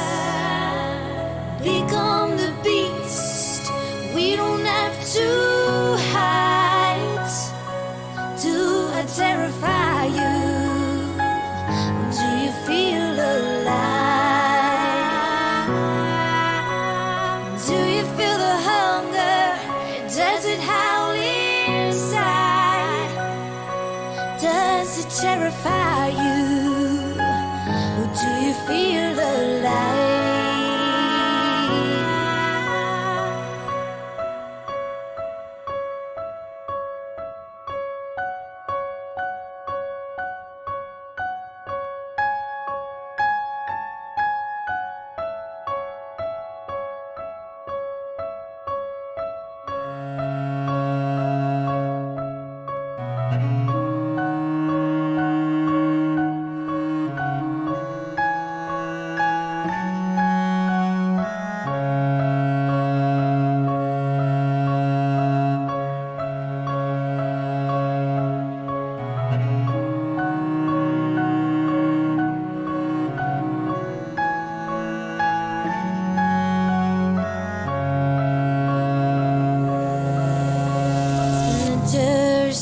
My soul cut through your skin and burrow within, and burrow within. Splinters of my soul cut through your skin and burrow within, and burrow within. Splinters of my soul cut through your skin and burrow within, and burrow within. Splinters of my soul cut through your skin to burrow within, to burrow within. Do you feel the hunger? Does it howl inside? Does it terrify you? Or do you feel alive?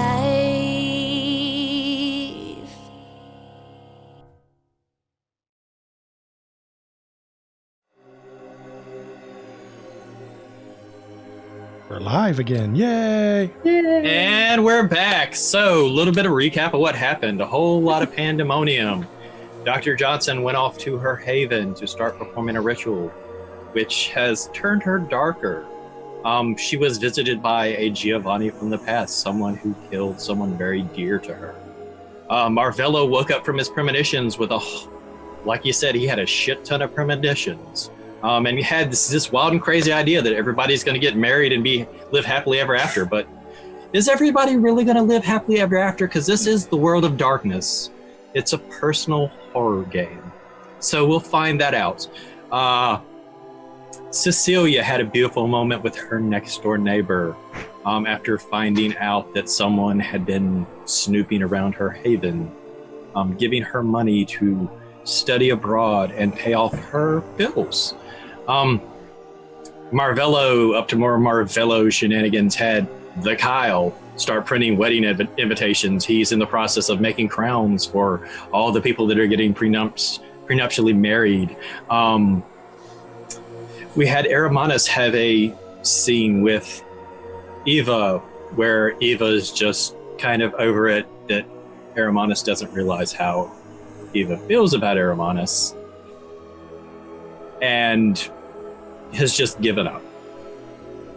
And we left with Mr. Roche and Miss Thorne, the first two to be married, spending the night at the same haven in separate rooms, or if it was Lucy, it would be on separate beds. Gillian actually doesn't sleep in a bed. I just kind of prop myself against the wall. So we are going to pick up with everyone waking up. So I need everyone to make a rouse check and let me know if you got hungrier. I'm golden. Hungrier. Okay. I'm hungry. Okay. Nope. So just Marvello and Lydia got hungrier? All right. So we will start off, since Dr. Johnson had to sit there for a long time. We're going to start off. Yeah. Well, but you were also, you went to bed before everybody else and everybody else had seen. So I want to start off with you. Okay. So we'll start off with you. You wake up. I wake up and I go to the phone and I call Aramanus. Okay. The scene is yours. Pick up. Aramanus, y'all can come by. Stuart will greet you at the door because I may be preoccupied. But he'll see you guys to the parlor. Very well. I thank you, Lady Ada. Of course. And she disconnects. Okay. Does Ada have a mirror anywhere in her haven? Yes, she does. Do you go by it on the way back from the phone? Yeah, because she's going to go back from the phone and go ahead and get herself ready for the evening, so she will be in front of the mirror doing her hair. So, I would like for you to describe what your eyes now look like, because you have lost humanity due to studying the ritual. So you're Hecata, you already look more dead because of being a harbinger of ash. So you look even more dead now, and your eyes have changed color. They actually look a bit more milky. More dead. Like some of the color has drained away from them.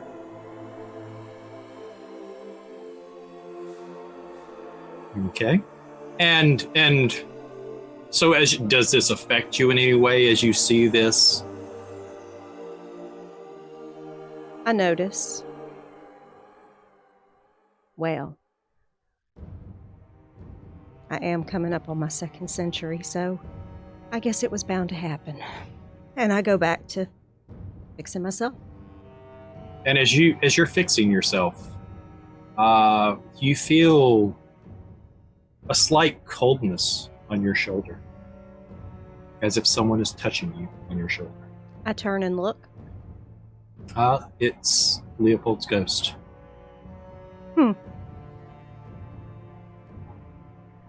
Interesting to see you here, Leopold. He says something, but you can't make out the words. Can I read lips? Do you have that? You have that? Can I read lips, possibly? Roll something to check that? Do you have... you have to take the linguistics in order to be able to I do have lips. Linguistics. Did you take lip reading specifically? I didn't take lip reading specifically. Okay, then no. Okay. Unfortunately not. Okay, well, I don't understand you, Leopold. And you notice as he's talking to you, tears start running down his face. And he touches your cheek, and as he touches your cheek, he disappears. Yes, well, if he's disappointed, he just has to get over it. I have things to do. And about that time, Stuart comes down. And he sees you, and you see kind of, he's used to how you looked before, so he definitely has a shocked look on his face, and he'll pull out his little board and he write, "Are you okay? I'm fine. Can I get you anything?" Not at the moment. Take care of your needs for now. I do expect my associates to come by shortly. Okay, well, show them down as soon as possible. Take them to the parlor. Okay. And he goes and does his thing.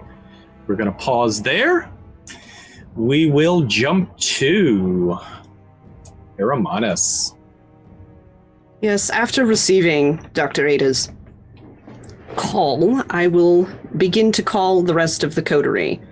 Okay. And The let scene them is know. yours. Very well.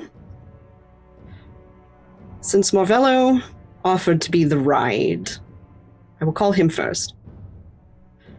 And if you pick up Marvello, I will say, "Marvello, darling." Oh, hello. We have been given dispensation to go to Dr. Johnson's home. We were invited. We were invited. And Interesting. would you please pick up Cecilia? I will call her and let her know you're coming. That is not a problem. I'm going to take my own vehicle. Oh, do you not need my assistance? No, not this time.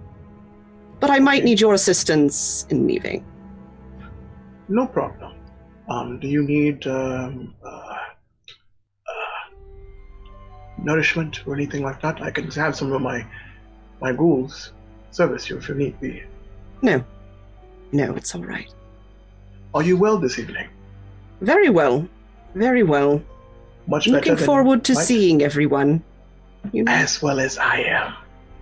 I have so much cool shit planned. Don't show. we all know it? Well, things may change. I have new things to talk about. Also, I have found a route around TikTok. I have purchased a VPN. VPN. Yes, in layman's terms, well, it's technology. It is a route to go around the block from, I can still use TikTok, but it will be in a different country. If that makes sense. Yes. That makes sense. I know it may sound confusing, but hear me out. It works. I've tried it. I switched my phone to Indonesia. Odd place, but it works. It works, and I've got a lot of Indonesian followers now. I don't speak the language. I do know that I saw a video of a girl doing something like this. And you can't see it, but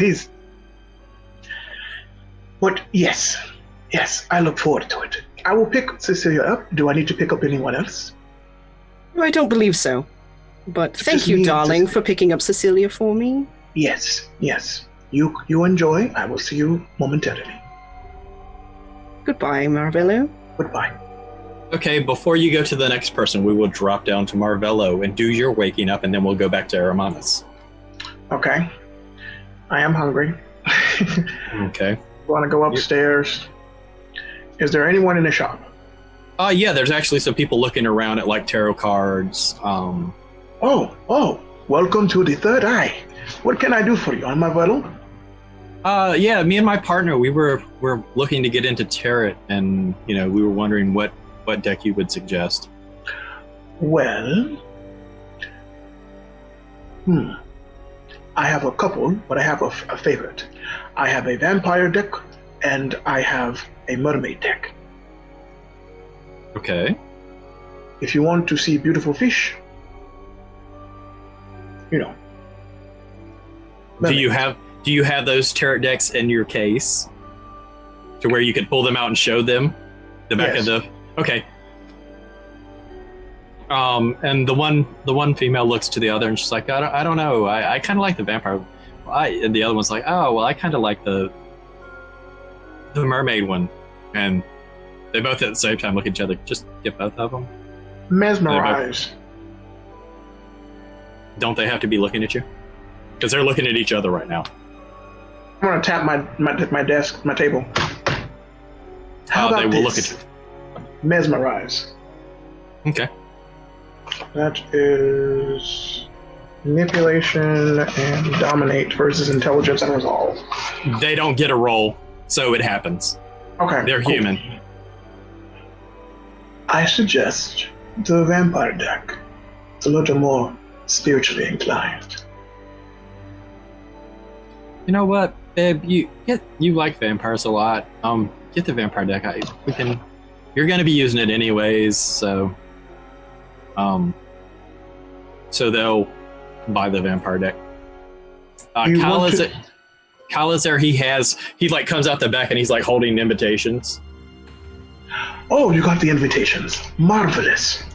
And we're gonna pause right there. Go back to Aramanus. Who do you call next? Call Cecilia next. Okay. Cecilia, darling. Yes. Good evening. Hi. We have been given dispensation to go to Dr. Johnson's, and Marvello will be picking you up this evening. I'm afraid I will need to take my own vehicle. Okay. Everything all right? Everything will be all right. Okay. Is See this you then. acceptable to you? Of course. Wonderful. All right. And we'll see you there. And I let her know where we are going, even though she won't be driving. Thank you. I appreciate to know where I'm going. Yes, I imagine that it would be very strange getting into the vehicle with the Malkavian, not knowing where you're supposed to be going. Well, especially if he's proposing marriage, I'm concerned I might end up in Las Vegas somewhere. Yes, I imagine that you might hear more on that point. I'm sure. I'm so sorry to leave you in the lurch, as it were. That's all right. You have your own business to do, so that's fine. I will see you there. So we shall. All right. All right. So we will pause there again, Aramanus. Cecilia, describe your waking up and what you do. Cecilia wakes up. She is not hungry, but immediately she's like kind of peeking through her windows to see the progress of Lizzie vacating and leaving. And then she will, let's see. I actually imagine she has this in her house. She's going to go about the house if she has time while she's waiting for Marvello to change the locks. Okay. Give me An intelligence plus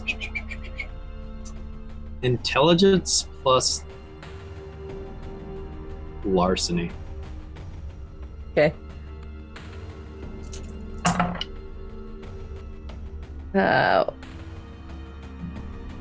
One crit fail, so no. So as far as you know, everything's in perfect order. Mhm. Do you do anything else? I'll take a look outside the house again too, just to see if anyone is kind of parked outside, just watching the house. Give me a wits awareness. All right, those are much better.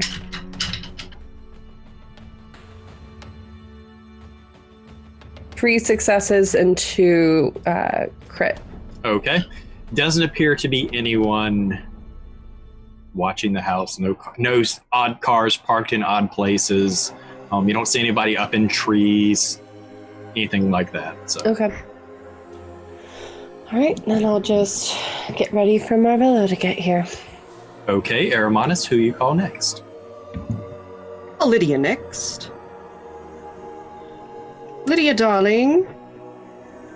Hello, Aramonus. How are you this evening? I should think I'm well.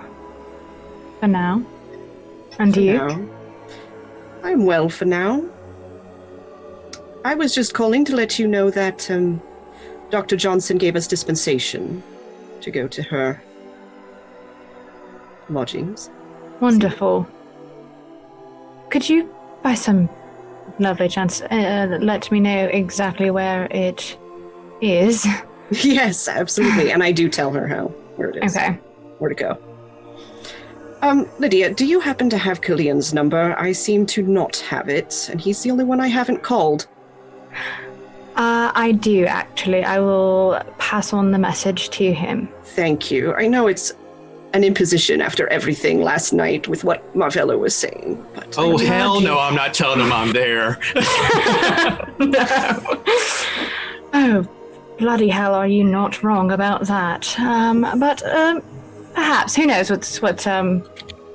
what will come of future events, I suppose. Only time can tell. Yes. Only time. Well, I thank you, Lydia, and I'll see you later. Indeed. Goodbye, Aramonus. Goodbye, Lydia. And she'll hang up. Same thing, Miss Thorne. What happens when you wake up? I am hungrier. And when I wake up, I will remember that I am at the gym on a sofa. Not happy about that. And she'll just kind of... fucking course. And get up. Run her fingers through her hair a bit. And then head out into the main gym area, yelling for Quillian. Quillian, it is time to wake up. When you come out, you're on the upstairs in the offices area, so there's a waiting area. Basically, it's where I let people just hang upstairs. So. All right, as soon as I step out, I'm just going to be like, Quillian, it's time to get the fuck up already.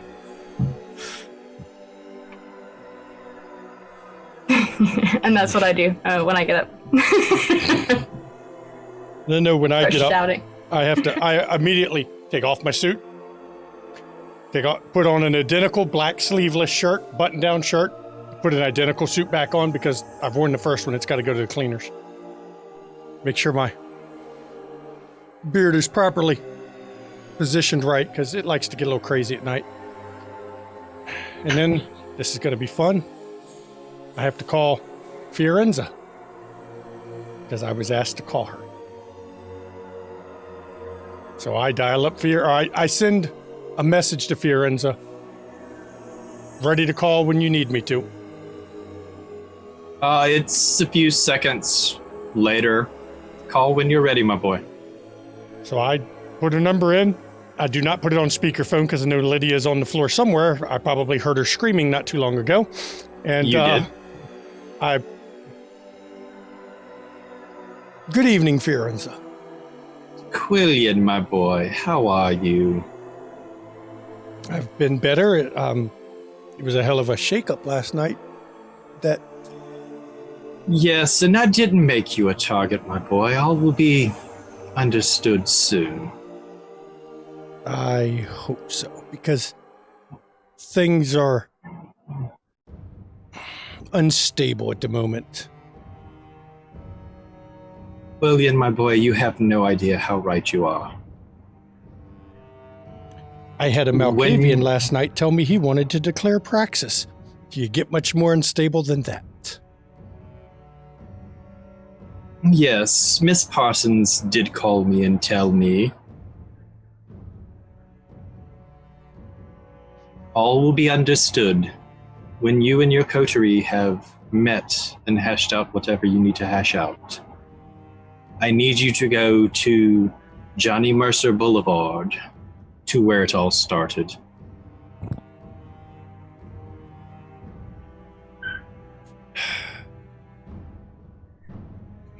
Have I ever steered you wrong, my boy? As your representative, I will, of course, do as you say. I really wish I had a different assignment, but I serve. I serve you. All in good time, my boy. Everything will be understood. Just trust me this one last time. I am still your servant. I have not forgotten what you've done for me in the past, especially with some of the unpleasantness that went on when Capone fell. So I watch, I listen, I serve. Have I ever let you down, my boy? Not yet. I'll see you soon. And she hangs up the phone.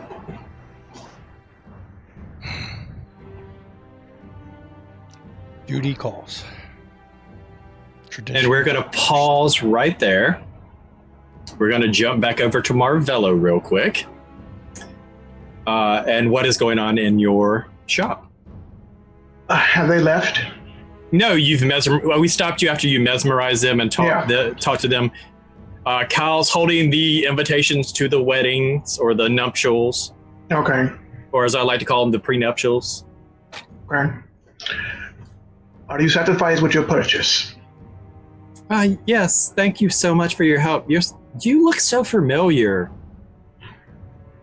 Well, take a picture, may last longer. I don't mean that in reality, but I am well known. But if you want to see me, come back to the shop anytime. Okay, yeah, we'll probably be back for like some crystals and candles and a dagger and stuff. So yes. There is a dagger here. Do you have any sage? I do actually. I have tons of it. We've been seeing this like shadow thing, like around near our house, and we're worried it's going to get inside our house. So we want to do like a cleansing. Yes. Interesting. How long have you been seeing the shadow? And they basically say about the night that Lydia's shadow thing scared the child. Oh, okay, cool. He's gonna in the case there's like a trap door for like special sage, and he's gonna like on the house. Oh, thank you. You're so awesome. We'll definitely like tell all our friends about us. We just like started this new Green Witch group. We're all about like the positive energy. We'll definitely send all our friends your way. Yes. And they grab each other's hands and they walk out. Okay, carry on, Kyle. Here you go, boss. So I thought about that thing. Could I like change my image before you like make me Brad Pitt? Oh yeah, most definitely. You have much as time as you need. Okay, yeah. So maybe somewhere down the line you can embrace me. My name's not the Kyle. What is it? My name is Caleb. Caleb. Okay. Did not take you as a Caleb. Maybe a Devin. Maybe a Derek? But Well, Derek's my middle name. Like, my dad's name is Caleb. He used to be like really in love with like this girl that was a singer. is he dead?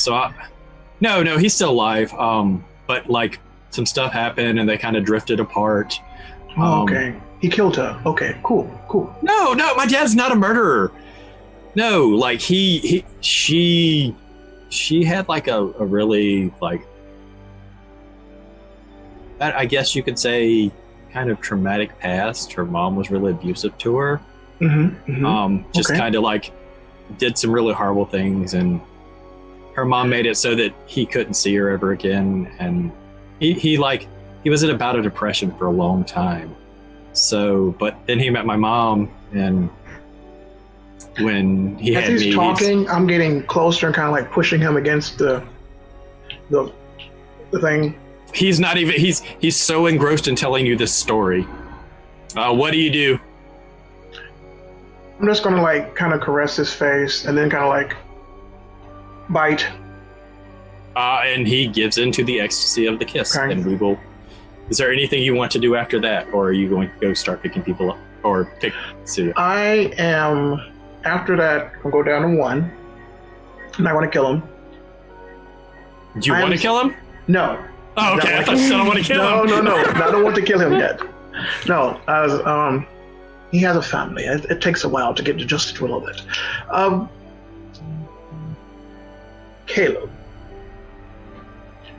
I need you to do something for me. Sure, anything, boss. You've been so good to me. Yes, I'm going to send you on a reconnaissance mission. Okay.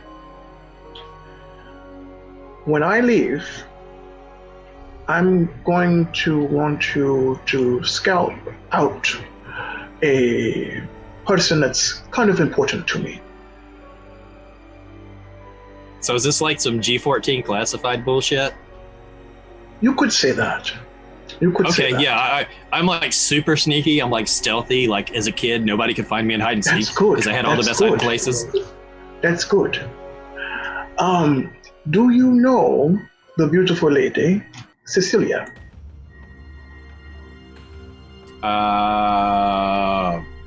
You're gonna have to be specific. I know a lot of beautiful ladies. Okay, he's going Like to take out that his... girl, like that girl that was with you that night. Amanda. Well, wasn't that her name? Amanda? Yeah. Okay, maybe you're not suited for this job. If you can't get the name right. No. Short blonde hair, really pretty smile. Huh. Not quite sure about that, but that's fine. He's going to take out his phone and show you like a picture that he snuck of Cecilia. This is her. Okay. I'm going to go pick her up in a moment. When I leave, I need you to go to this address, and I want you to make sure she is safe. Well, her place is safe. Okay. Hold on, I haven't forgot you. Hold on. Go with it. And he's going to go back. Here is a gun. Here is a stake. And this flask has something in it that I'm not going to tell you, but if you're ever in trouble, use it. Not against me, though. I will kill you. Why, boss? Why would, dude? This is like top tier gun, man. Yeah. I got it from hunters. He's gonna like tuck it in the back of his pants because he's worried about shooting his junk off. Don't shoot your dick off. It's important. You need it to use at all times for urination and, the thing. Okay. Anything else? No. I'm going to grab my books and these invitations, and I'm going to go. And All right. the books I am getting are... Okay. And...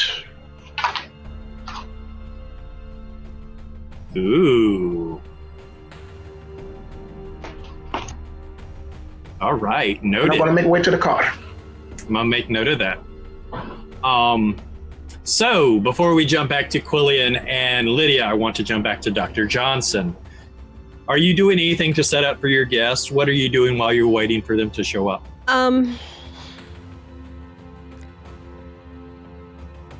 At the moment, Ada has left her doctor's bag in the kitchen. Just in case, she's not certain if any of them will bring ghouls with them or not, or others, but she has basically left her bag in there in case she has to entertain living people. Okay. So that is what she has done, because in the bag she has a vial of phenobarbital. Okay. All right. Do you want to do anything else before I jump back to the other conversation? Nope, go for it. I'm just basically preparing just in case I have to lace some tea or something for somebody. Yeah. So, Quillian, you do your routine, and you called Fiorenza very kind of like cryptic kind of call from Fiorenza. Yeah. Even for Fiorenza. And I come out of my office looking visibly agitated. Lydia, would you please describe what Quillian sees as the new you, since you've also lost humanity because you failed your stain checks at the end of last session? I have my eyes are darker, and I look probably, I think it's more dead, or like the moisture has come out of my skin and it's my cheeks are sunken in a little bit, or my cheeks and such. My eyes are sunken in a little bit more. I believe that's what it's described as, yes. Interesting new look. What are you talking about? Oh, you don't do mirrors. You Can't. have, There's something wrong with my hair? no, your eyes are a bit darker, and, I do believe you've had a slight pallor change. You Oh, look fucking more great. dead. Oh, well, that's what I've you get seen it. for It's nothing killing. new.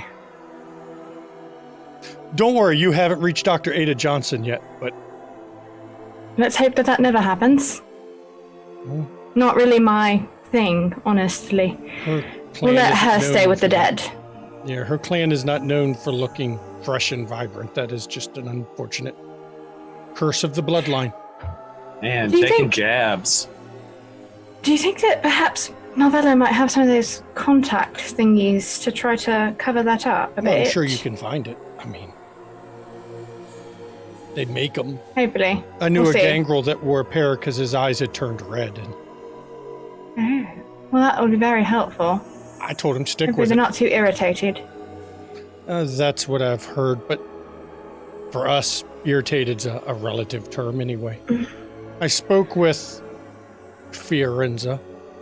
She Good news, suggested I hope. she suggested that we go, when we have a chance, back to the beginning to Johnny Mercer Boulevard, and things will make sense, but I guess we can do that afterwards. If we're going to go with this plan to prank the Malkavian, we might want to make it look correct. And Killian pulls a ring off his finger. It's a platinum band set with a large black sapphire ringed in diamonds. That is sinner among the saints. Oh, lovely. You bought me a ring. Oh, how Well, sweet. So very one of fucking mine. charming. We're going to play the Oh. game. We need to make it look right. So flashy, though. Not a toy doll, you know Have- that, right? Even before I was kindred, let's just say the people I hung out with enjoyed our jewelry. At least I don't wear the Well- gold chains. True. If we're going to prank a Malkavian, might as well make it look right. All right, fine. And she'll take it. And we'll see I'm if not putting anyone it on me. I will notices. put it on myself. We'll see if anyone notices I'm missing a ring. Ooh, scandalous. I do have other news. Armanus has phoned me this evening and has told me that we have been invited to Dr. Johnson's cemetery. And She informed me of where it is located, so we should probably be heading that way sooner You know how to rather get than there? later. I do. Okay, good. 'cause I Ish. do not. Well, I know where it is, like what it's called. But I will GPS know. it. That worked out so well last night. for the record, I know where it's at. I know where the cemetery's at. I've been in Savannah long enough, but I like fucking with Quillian a little bit, so we're gonna go with that too. Well, he likes fucking with you because he just got you to put his ring on your finger. It's like, God, why do I do that? Anyways, all right. But yeah, we should be heading over there. Sooner rather than later. Dr. Johnson does not like to be kept waiting. Well, I guess we're gonna go. Thankfully, Right. my boys gassed up the car during the day. They do that every morning while I'm sleeping. Do you have any that are available at the moment? I'm kind of a little bit hungry. Well, there's I think. always fighters until around midnight downstairs. Wonderful. I can and then I round up shall. one. Yeah, let's do that. I should probably need to replenish what I can, and then we'll head out. I'll bring up one of my herd for her to feed on. They're used to odd doctor's examinations. And I want to Yeah, we'll call it that. That's what we call it. Double checking if I wrote down what the resonance is on my herd, because it's got a single resonance. I don't have it handy. But I'm pretty sure it's not a resonance you can use anyway. Because it's presence related. Because I'm a presence loaded Ventru. But yeah, that's I guess I'll feed and then we'll head out to Dr. Johnson's cemetery. All right. So we will now go to Actually, Armanis, you've been sitting there for a bit. Are you going to have Ava drive you to? Yes. Okay. I'm going to have her drive me to Dr. Johnson's. The scene is now yours if you want to have a conversation with Ava. I'm not going to have a conversation with her. We'll drive in silence. And when we arrive, I'm going to bring her in with me. Okay. She doesn't fight it. She knows there's no reason to. Good. Okay, we would jump to Marvello. So you're going to pick up Cecilia. Yes, I am setting the car up properly. I'm putting in Britney Spears' I'm a Slave for You album in the CD player. And we're going to go. I'm going to go and pick her up. Okay, so you get there, Cecilia, you see Marvello's car pull up. And I'm going to get out and go to the door. You see the girl that Cecilia described earlier. She's not home. Is she outside? Yeah, the redhead is. What do you mean she's not home? Yeah, she's not home. She left like hours ago. And Cecilia, you hear your neighbor saying this. I'm probably poking my head out at this point. Thanks so much, Lizzie. How's that packing going? Yeah, it's going. Yeah, okay. And she goes. Thank you. So nice. Sorry about that, Marvello. No, I'm glad you came out before because I was going to be very rude. Oh, please don't. I did not want to. She's a dear old friend, so I do. Okay. She was helping. There were apparently some visitors while we were out yesterday. Really? Yes. He kind of looks around. Are they here? Not that I saw. He's going to walk up and hug you. Oh. Hi. Are you well? I'm fine. This isn't you proposing to me, is it? Because you planted that idea in my head now with all your marriage matchmaking that you're attempting to do. Did I? I completely forgot about that. I joke. No, I'm not going to propose to you. Fair. I might propose to Lydia. Oh. Or Dr. Johnson. But that is our little secret. Oh, okay. Interesting. I have to get power where you can get it. Agreed. And she is powerful. Have you seen her do the tongue thing? Celia makes no comment. Oh, look, I got her this. And I open my jacket and pull out the eyeballs again. Yes, those. I remember those. These are green. Mm-hmm. I think they have contact lenses on them too, but that doesn't matter. Well, they do say that eyes are the gateway to a person's soul, so I mean, it is the best gift you could possibly give. Are you hungry? I'm quite all right, thank you. Because, and he's going to like take his wrist out if you wanted to. I'm quite all right, but thank you very much, Marvello. Okay. I do appreciate it. Is your friend going to be okay? Do you want her to come along? No, she's actually in the midst of leaving. So I was just making sure that she's properly set up for that. But we should probably not keep Dr. Ada waiting. If I do recall, she really does hate to be waiting, and yes, considering her mood yesterday, and especially if you're going to propose, I really don't think being late is going to help your case, essentially. Oh, no, not at all. And even if I am late, I have eyeballs for her. She has a thing for that, I think. I won't judge anyone's kink if that's what she's into. Oh, you haven't seen kink. But I don't think Dr. Johnson probably is into kink that much. I think when she was around, it's a spitballing, that was more underground. But now it is everywhere. It's on YouTube, it is on TikTok. Sometimes you have to be careful about it. It's a secret channel. The dark web, all over. It's just there. And he's going to reach in his crown. Oh no, I didn't have the ball gag. She mentioned that. Oh, it doesn't matter. Let me walk you to the car. Thank you. And he's going to walk you to the car and open the door and get you seated. Is the girl still in the house or outside? No, she went inside as soon as Cecilia said something to her. She went in and started. Okay. I'm going to close the door and I'm going to like kind of quickly jog back to the house. And oh God. She looks at the people. I don't talk to strangers. I would suggest, if you do not want to die, you would open this door for this stranger.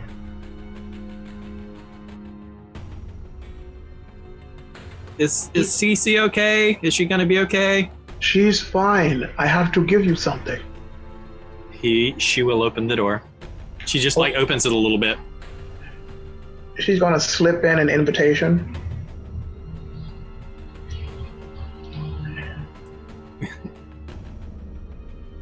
Cece's getting married? She's never talked about this Aramanus person. Is it a he? A she? A they? You're invited. I feel like I would have known about this person if. Okay, yeah. Okay. Sure. Yeah, I'll be there. Okay. Oh, I've got to go unpack my dress now. And she closes the door, and you hear locking a bunch of deadbolts and chains behind it. And I'm going to run back to the car, get in it. All right, Cecilia, let's go. And I'm going to What the fuck was that? Oh, I gave her a card with $50 in it. Did you? Yes. Can I please do some kind of insight? She doesn't trust. Wits plus insight versus manipulation. Manipulation plus subterfuge. Subterfuge. Oh, Lordy V. Oh my God. Oh, Lordy V. There's something wrong with Marvello, and I fucking love him. I know, I love it. I adore Marvello so much.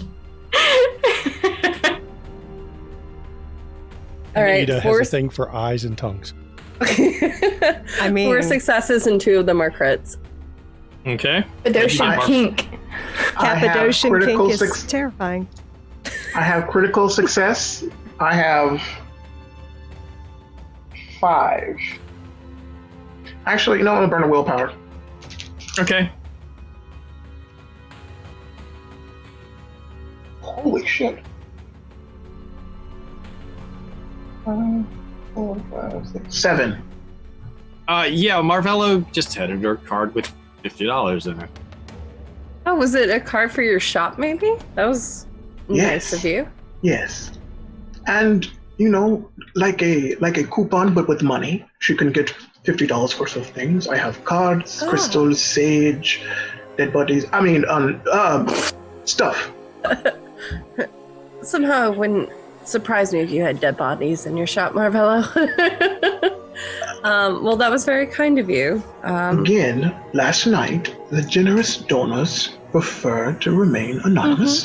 If you recall, I did not ask you where you received those. I just said them would not surprise me that they were there. And must I say, you look absolutely radiant tonight. Thank you. You look astonishing. Thank you. You look very nice yourself, especially, you know, since you're awake versus, you know, being locked in a trance. I don't like that when it happens. Sometimes the visions get so intense, and either you're lying down somewhere for several hours or you're popping a boner. It doesn't matter. Things happen, and you end up where you end up. I would be very careful. I think Quillian was very, very tempted to perhaps draw something on your face, so I would be very careful. Was he going to draw a dick on my face? Could be. Oh, again, Maybe. I don't want to be reminded of that keg party in 1972. That was the worst time. It was so bad. I was missing my shoes, someone had stolen my underwear, they took pictures, and I ended up with, like, someone's ass somewhere near my face, and it was just a lot going on. But that's neither here nor there. Anyway, I hope you like Britney Spears. This is the Tahitian booty mix. Let's roll. And we're just going to zoom off. Cecilia, meanwhile, is humming in her brain, like, Vivaldi as they're driving. Okay, so Aramanus, you arrived first because you left first. Yes. I go to the door and I knock. Eva following behind.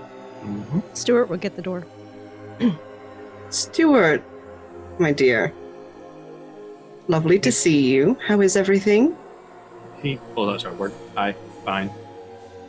Good. Good. May we come in? He motions for you to come inside. Thank you. I go in. Ava follows. Stuart How will is take him Lady to the Johnson? Oh, sorry. parlor. That's okay. I was just saying that he'll take you to the parlor. Awesome. And I'll say, and how is Lady Johnson this evening? Are you asking Stuart or are you asking Yes. Lady Johnson? I'm asking Stuart as we're going I'm to not the in the parlor. room yet. Okay. Stuart's talking. Oh my god. No, he did that on the chalkboard. It's like writing it on the chalkboard. Oh my god. Good. Thank you. And he will lead you to the parlor. I assume you still don't talk to Ava? Nope, still not Okay. talking to her. All right. The next group to get there are the soon to be married Ventru and Lysambra. You know, it's funny. On the way there, it's funny that Fiorenza seems to think she didn't set me up last night, but I believe I have a different opinion. Are you questioning Fiorenza? Ooh, careful. You'll end up a traitor like me, remember? No, you can question all you like, as long as you follow orders. She doesn't want a zombie or a drone. I have to be able to think. But I still have to do what she said. So what's she going to do if it ends up that she has actually set you up? I'm You're going to only still here follow because orders? of her. I've only survived as long as I have because of her protection. If it is time for this soldier to fall. You're a bloody sad one, you know that? I live by duty. I would have been dead in Chicago a while ago. When Capone fell, they were wiping out his children and their children. And if she hadn't extended protection, I would have been on the list. Blood hunts are not a fun thing. No, I don't suppose that they are. However, a final death is not exactly something that I would gladly bend a knee for. As long as I'm a if we're useful going to be tool, honest. as long as I'm a useful tool, she won't break it. You think so, but what if she has in fact set you up because for whatever reason you are no longer useful to her? So you're going to bend the knee and let the final death come and take you? Well, I didn't say I was going to let it. I'll walk into the trap. But it will cancel a debt if it is a trap.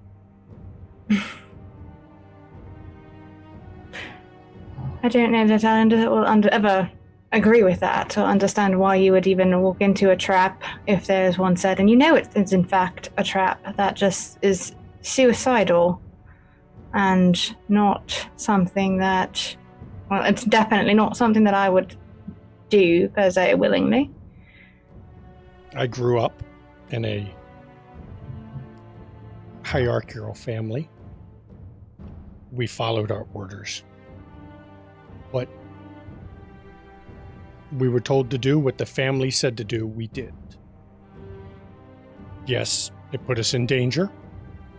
It was an accepted risk. It's the downside of the benefits. Becoming a kindred hasn't changed that. It's just made it a little harder to get rid of me. I see. Well, to each their own, I suppose. Yeah, once upon a time I followed orders too, and, well, as you know the story, how it goes already, so. Well, not so many orders to follow now, except for, well, what we're dealing with now, currently. But look at the bright side. If it is a trap, you'll get to see me killed. That would be lovely. See? There you go. If I could eat popcorn, I would do that. I knew a kindred once who could. It was the strangest thing. It was called himself the Reverend, and every time I saw him, he was eating Doritos or popcorn, or I saw him one night with Oreos. And if you've ever seen a kind eat Oreos, they get those bits in their teeth. Mm-hmm. But when we eat them, we don't have saliva, so we spent the whole night with just blackened teeth of Oreo bits. It was just the most disgusting thing I'd ever seen. That is terrible. Like, I don't think that I would enjoy that at all. And I've never actually had popcorn before, but I've heard it's lovely. That's what everyone eats when there's something entertaining happening, apparently, so... I've had it in my youth. Was it good? They're always picking those little kernels out of their teeth. Yeah, never enjoyed it that much. But this should be an interesting meeting. I have never been to her cemetery. Just understand that we have a ruse to uphold at some point tonight, so we should keep to it. But if we do not banter and bicker and argue, they'll think something's wrong. They'll catch on. We must keep up appearances. Absolutely. But what I was going to say, just because there's a ruse going on, understand, if anything terrible should happen, I would absolutely throw you under the bus. Oh, don't worry. Just so I've you already understand. made plans to throw all of you under the bus. What do you think I've been doing here with Fiorenza? Or at the bus. I think everyone figured it out last night when I was called out, what my real purpose has been in Savannah. Thank you, Fiorenza, for that bit of info for everybody. Indeed. But hey, surely you wouldn't want me killed. I mean, what fun would you have then? Without somebody constantly nagging at you to, not be so true. Just a little. Never fear. I will drag you under the bus with me. One can only hope. As a sign of our pending nuptials. God, can I leave this city? I'm beginning to think the same thing myself. And actually. I hear Maine is nice this time of year. I just want to go back to Chi-Town. That's all. Just where I know the politics. Well, good luck with that, darling. Too many politics, I think, for my taste. It's the kind of place where a soldier like me can go day to day and not worry about it. Well, Something to you be said soldier about on, darling. following orders.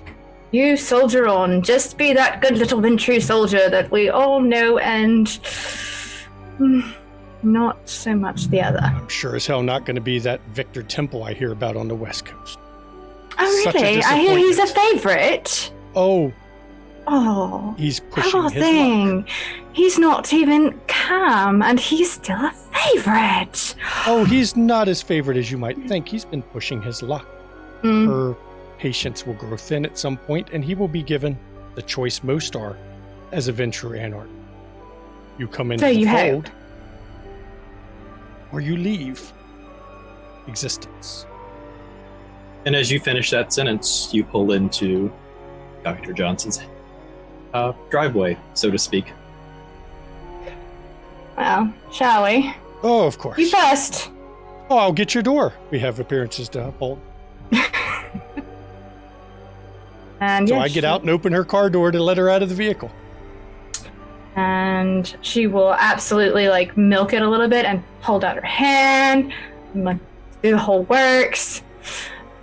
After you. Oh, Into the ladies first, I cemetery. insist. I insist. Of course you ladies do. first. God damn it. Fine. And I'll smile and walk in there and knock on Ada's door. But we are not going Us. arm in arm. That's not happening. No, that's not happening. Stuart opens the door. He waves, motions you all in. Walk in. Okay. As soon as you're both in, he'll close the door behind you and lead you to the parlor where Aramonison and Ava are sitting. Yes, I've found a comfortable chair and I'm sort of lounging. Lillian, Lydia, welcome. Good to see you. You look well. Oh, thank you, darling. You look fantastic yourself. I do hope that you are doing well this evening. Doing very well, I thank you. I hope your slumber was good and it wasn't disturbed by anything inappropriate. No, fortunately not this time. Fantastic. And I don't think that I've met this one before. Who is this? Oh, this is Eva, my ghoul. Eva, this is Lydia Thorne and this is Killian Roche. Associates of mine. Nice to meet you both. Hi. Did you really have to bring your ghoul with you inside? Yes. Yes, I do. All right. Sometimes you have to keep them under eye, I guess. Yes. And when I say that, I look dead at her. She doesn't. As soon as she says hello to you all, she drops her eyes and doesn't look at any of you. She's well trained. We're gonna pause right there. Dr. Johnson, what are you doing? Okay, right now? so as I do have the skull watching, I know who has arrived so far, Mhm. and I did see that Aramonus brought his ghoul. I have made some chamomile tea and have added phenobarbital to it, My God. and I bring it into the parlor with me, and I say, "Oh, good evening, everyone. Oh, who is your friend, Aramonus?" This is Eva. Oh, you have said so much. It is a pleasure. And I literally balance the tray with one hand and go to shake her hand. She looks up and she takes your hand and shakes it. It is a pleasure to have you in my home. Would you like some tea? I'm not thirsty. I drank before I picked Hermanos up. Accept the tea, Eva. It's I polite. really think it would help. And she hands her the tea. She takes the tea. Now do drink it, darling. It is chamomile, so it'll help soothe your nerves. She nods. And I sit down, and in this parlor, you see it is a comfortable but old-looking room. The furniture is all antique. There is portraits on shelves, on walls, basically of black and white photographs. Even some are lithographs of Ada, her family, and some modern photos of other people. Dr. Ada, have you looked in the mirror today? Yes, I have. Okay, because something You is do not- wrong with your eyes. You don't comment on a lady's appearance, Killian. Basic manners. Oh, we know I I would have agree no with her. manners. But that is going to be hard to hide in public. Yes, well, I don't really have to go out in public much. You're stunning as always, Lady Ada. Thank you, Aramanus. And with the amount of phenobarbital I've put in that tea, if she drinks half the cup, she will be knocked the fuck out. I'm sorry. Wow. Is she drinking? She has not drank it yet. Okay. She is not looking at any of you. She is just looking at the cup of tea. I glance over to her and I say, Eva, darling, do have a sip. For me. Not a very good ghoul, is she, Aramonus? Roll me a manipulation plus persuasion. Or Okay. subterfuge, whichever one it is. I think they took persuasion off. No, persuasion. Yeah, persuasion. Okay.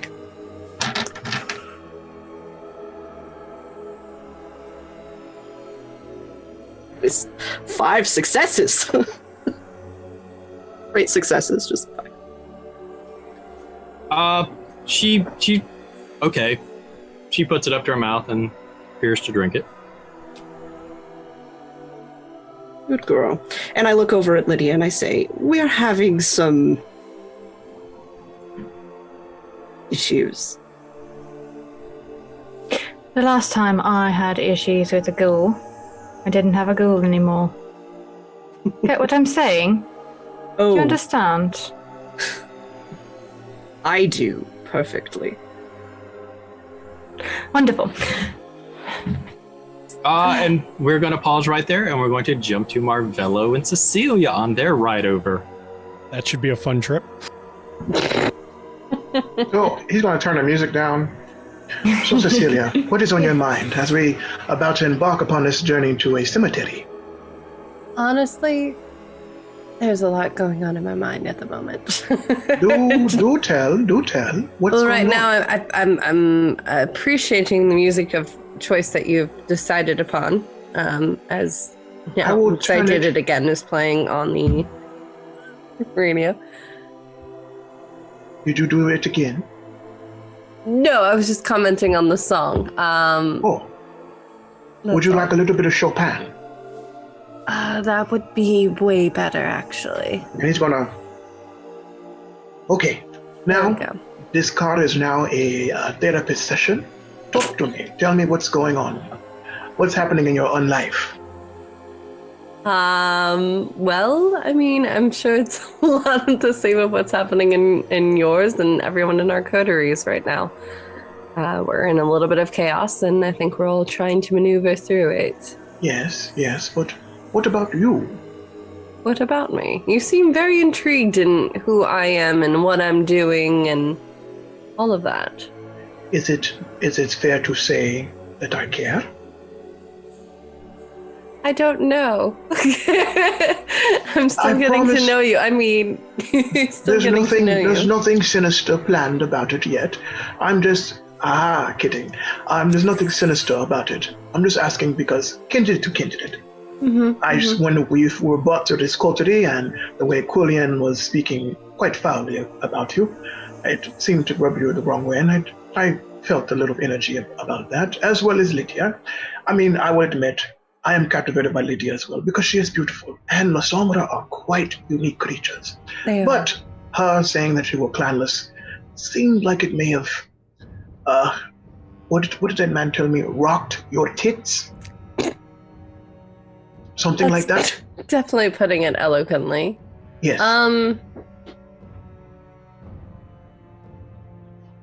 To put it simply, I think it's just, yes, I may be clanless, but that doesn't necessarily mean that I'm powerless in any way. Right, And the throw under the bus from Lydia, yet again, was... And boy, did she drive that Greyhound over you twice. Just a bit. Oh, not a bit. I heard your ribcage cracking just from the sound of those tires. But, yes, my dear. I do at times appreciate being under... let's see. Being the Lotus kind of person on the totem, as things often will get overlooked, and that's gotten me this far. But Don't I think that can... way. I'm sorry? Don't think that way. Why? With you without having a clan, you are freer to do what you want. You don't have the madness like me. You don't have the inability to see yourself in mirrors like Lydia. Quillian, what is it about Ventru? They do something. It's something with power. I'm sure. True, but at the same time, there are other responsibilities. Since you are, by all means, clanless, you're also just representing yourself. So, there was a time that for sure not necessarily myself, but my family cared about status and all of that, but I don't necessarily agree with it. And just with the combination of things that were happening yesterday with let's just say it hasn't been my first go around in being forced into a marriage, and that brought up some ill memories that I prefer to keep in the shadows. Oh, I ask you, am I offending you? No, I mean, I don't believe it was your intent.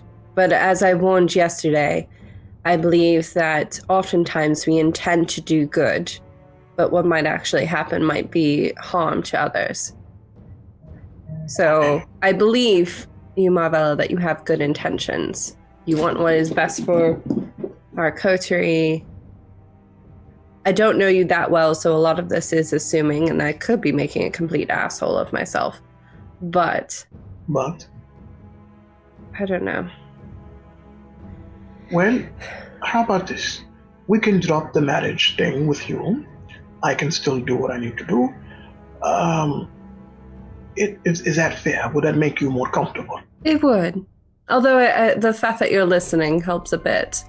Why would I not? I don't know. I don't distance you. No, I appreciate that. I just think, too, especially with the coterie in mind, while your ideas are intriguing, by all means, I think we need to be careful about having discussions of throwing a coup, essentially, out in the open. Well, is not the wisest of things. I agree, but because of who I am, people don't normally take me very serious. You know. True, but at the same time, you can't necessarily read that, can you? I can read a lot of things. I can see that.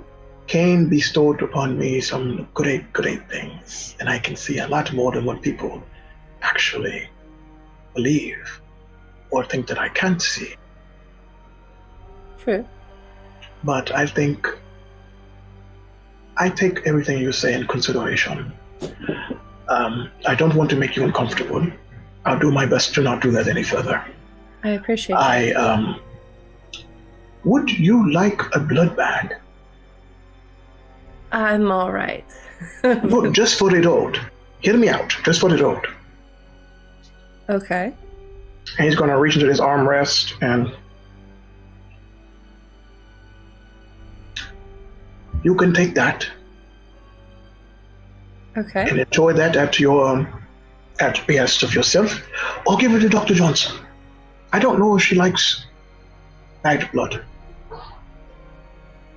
Thank you. Cecile kind of looks somewhat appreciated and somewhat bewildered at what's going on. Are things okay with you, Marvella? Are you feeling back to yourself, I guess? Back to myself as much as I can be. May I ask a question that isn't too pokey? Go for it. You and Aromanus, or shake and bake? I guess that's one word. I find him intriguing. He is intriguing and beautiful. Very true. But I've played this game before. I'm aware of what he's doing. Okay. Well, always. Right now, it's somewhat of a game, and I'm testing to see what else he is doing and what path he might take next. Okay. Keep your guard up. Definitely. And if you ever decide to do nuptials, I am available as a preacher or whatever you need. I will make sure that I call upon you, and it will be a TikTok, I'm sure. Oh my God, you have done me such a service. I will get so many likes and views from that. And it looks like we're pulling up at the door. Do you need anything, or you I'm okay? all right. Are you okay? I am fine. Now that we've spoken, I am, he does this a tad bit unsure now. Maybe a little bit nervous. I've actually never been to this grave site. This grave area, period. Neither have I. As long as we're above ground, I'm okay. But if we go below, that'll be a concern. Yeah, I don't need to go back down there. That was the time in 1968, but... Marvello, have you ever thought about writing a book? I feel like that should be that, and then maybe do like a docu-series on TikTok or YouTube about it. If you could proofread it... Yes. I would write a book. I think my life would be quite good. Has been quite a show. I expect a whole chapter about kink, and Cecilia's like getting out of the car as she's saying this. Yes. All right. She understands me. Yes. All right. And I guess we head into Dr. Johnson's residence. And we don't want to knock. Stuart Slinky Tongue opens the door. Stuart, how are you? Fine in all caps. Oh, okay. He's like, I'm getting tired of being pestered. This is the most he's had to answer the door ever. I know, because Ada's not a social creature. He motions for both you and Cecilia to come in. Cecilia, you first. Thank you. Then we'll head in. And as the two of you come in, Ava just downs the tea. She's over it. She's in a room full of vampires. She's the only ghoul there. Yeah. She downs the tea. She's good. Killian's leaning up against the wall, holding the wall up as always when he's in a room like this. And as I've said before, when you're escorted into the parlor, there is ample seating. It's all antiques. There is various old photographs and lithographs and some newer photographs as well. And books and things in the room. Lovely abode. Thank you for having us, Dr. Johnson. Of course. Aramonis did let me know that you all needed to speak with me, and I'm looking over at Ava at this moment to see if she is starting to drowse. Oh, she's out. She's out? She's out. Yep. Good. First, before we get into any discussion you need to have with me, Aramonis, why in the Sam hell did you bring your ghoul? It's a gift to you. I'm sure you have some use for her. Oh, are you seriously offering her to me? Yes. You know Aramonis? Well, I did say that, once a ghoul stops living up to their usefulness, no longer need of a ghoul then. Yeah, I think I like you a little bit more, Aramonis. Stuart? He comes over. Take her downstairs. He puts his chalkboard away and picks her up and takes her downstairs. Before we get into the more, how can I put this? Sensitive discussions that you missed out last night, Dr. Ada. I spoke with Fiorenza this morning, and she says everything will be made clear if we return to the beginning and at some point go to Johnny Mercer Boulevard. Now, Lydia and I have discussed this, and it's probably a trap, but if it's a trap, it's probably one set to Trap? eliminate me or something. Who knows? But either way, she's not exactly a kindred. It's wise to blow off her advice. Should be enlightening, at least. Do forgive my impudence, but Fiorenza's Savannah is nothing to me. You can say that. Until she calls favors in. She can call them all in she wants. Well, then I guess we know the doctor will not be going. But I did not say I would not be going. But tell me everything that happened after I left last night. I'm going. Well, actually, I have an announcement to make. Lydia and I discussed things last night, Marvello, on your proposal. Yes. And actually, we have decided that if it's a double wedding, we will be wed. But as a double wedding, I would like to see Cecilia and yourself married. As a sign of it's not a joke being played on Lydia and I. What is this foolishness? And Hello, Dr. Johnson. Marvello, it's good to see you awake again. Yes, and he's going to reach in his jacket. I have these for you. The eyeballs. She takes the jars and looks at them. Contacts and everything? No, just one set.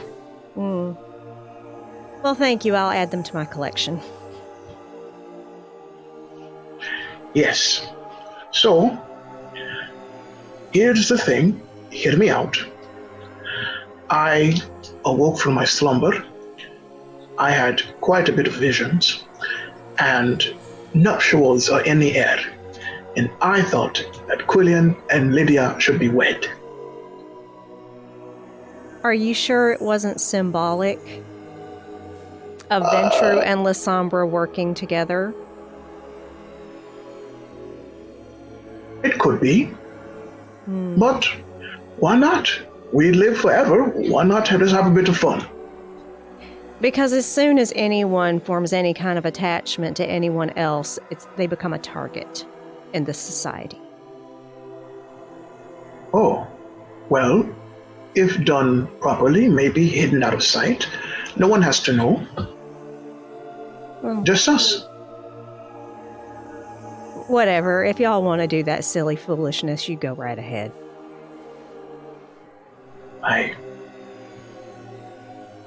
Okay. And I'm looking at Killian and Lydia when I say that. At least I got a bloody ring. It's lovely. You did, and I brought the book to help do the nuptials. You really are carrying around a Book of Nod. I know you're Malkavian, but... What in the hell? Why would you carry that around? Just to carry it around? I don't carry it around every night. I do read it from time to time. Carrying it at all is a way to get busted. What are you thinking? No one will know. No one has known for all these years. Dear, dear, dear, dear, sweet, sweet Malkavian, simple Malkavian you are. All right. But also, Dr. Johnson, while this is going on, I had another thought. Hear me out. Praxis. This is the good part. As if Lydia and I deciding to get married isn't a good part for that one. Listen to this theory. Oh, yes. Declaring praxis of the city of Savannah.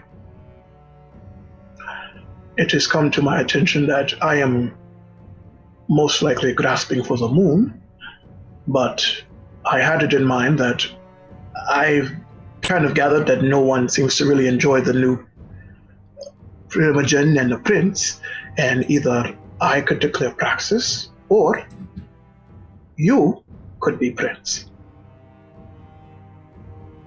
And you have your court, or my court right here, or we could do a double prince thing. No. Okay. I think that settles that one, didn't it? Double prince thing. What? Do you realize that's not exactly a Camarilla thing? That is more so like, oh, Quillian, your precious Victor Temple. He is the one that tends to do stuff like that, But right? Didn't they try that in about Carthage? That didn't seem to work well then either, did it? You're treading on, and she'll lean in a little bit and kind of whisper, Anarch territory there with that kind of... Ada looks directly at Killian. Does Fiorenza know all of this nonsense? Of course she does. You told her, Quillian. Why do you think I'm here? Oh, I know why you're here. Why The do you moment think you I was ratted called me out out to her, I was knew why you called were out here. last night for a reason. It was a message Oh. that everyone is to know why I am here. There's no point in hiding it after what happened last night. So she's thrown you under a horse carriage with this. I look at it as a test. Or a message to someone else in the city. And she wants us to go. Tonight, tomorrow, when? At our convenience, which normally means tonight.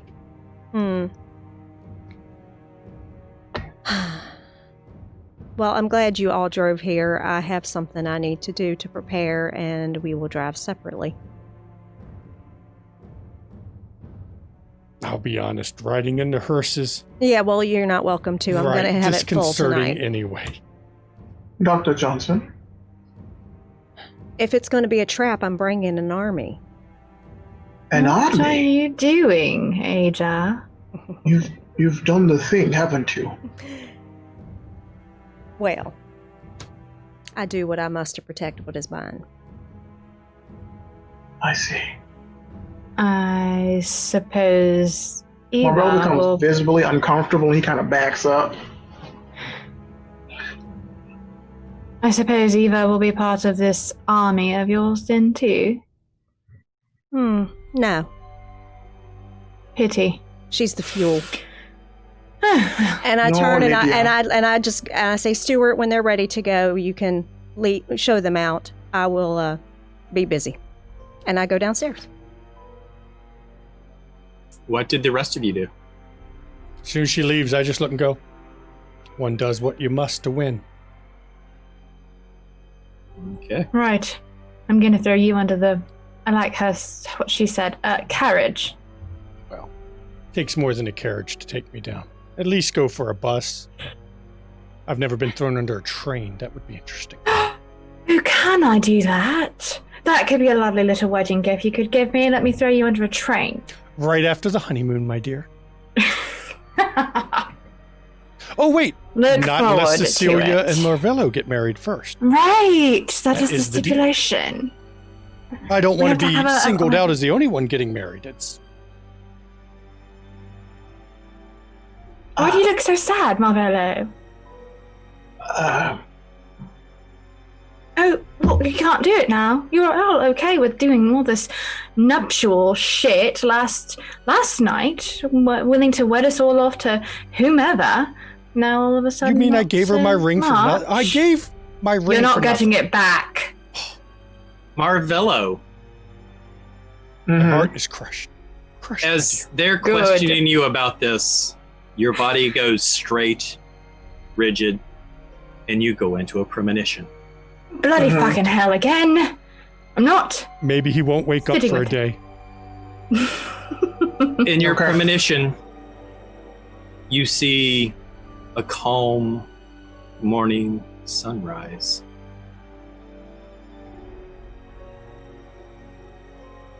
And then you snap out of the premonition. And right as you snap out, you hear me go, we could fit him in the trunk of the car. I think it'd go pretty well. I might move the tire even. Really? In a trunk of the car again. I would never let that happen. You know I wouldn't. I must say that despite all of this, my feelings are a little touched. Well, you don't fit in the back seat. It's a two-seater. I am... One moment. I'm going. Where is Stuart? Stuart is waiting for you all to get up and leave so he can open the door and let you out. And lock us out. He wants no part of this group anymore. He just saw what happened to that girl. He's like, nah, I'm good. I don't want to be food. Or whatever Ada's doing. I'm just going to show these mofos out. Before that, I'm like, Aramanus, are you sure you want to do that to the girl? Yes, Okay. I am sure. All right. Okay. Miss Cecilia, do you have any qualms or issues? With what exactly? With us leaving or Well, yes. no? Okay. I'm going to go. I'll be outside. And he's gonna kind of like drop his head a little bit and like kind of walk. Oh, hell no. And I'm going right after him.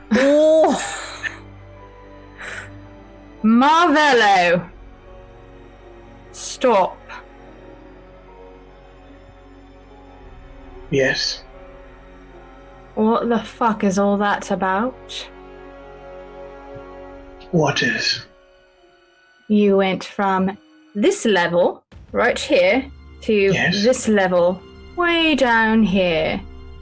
Explain, please. And I'm being kind now. Oh, I know you're being kind. Dr. Johnson just completely shut that down. Was not expecting that. It was quite a setback for me. But I am okay. If you don't mind, I'd like to make a call. I do not mind at all, but first, I do have a question. Yes. You just did that thing again, where you go straight as a board, not so light as a feather. Yes. What happened? What did you see? He's gonna like come. She'll come closer. I saw a sunrise. Oh dear. Yes.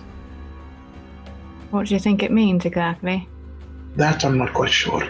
I need a little more time to get that going, but I'm a little unsure now of what's going on. Right. Are you well? Why wouldn't I be? Oh, damn, the thing. Killed a person last night. You were slightly comatose. Probably don't remember that. But I essentially killed someone. He remembers it. He saw it. I saw it. Yeah, that happened, and so... Ta-da! It'll get better, don't worry about it. Marvella's going to hug you, Lydia. Alright, we're doing a hug thing, okay? And she'll pat your back. There now. Are you okay? And Killian yells from the other side of the room, "Hey, watch what you're doing with my fiance there, Marvello."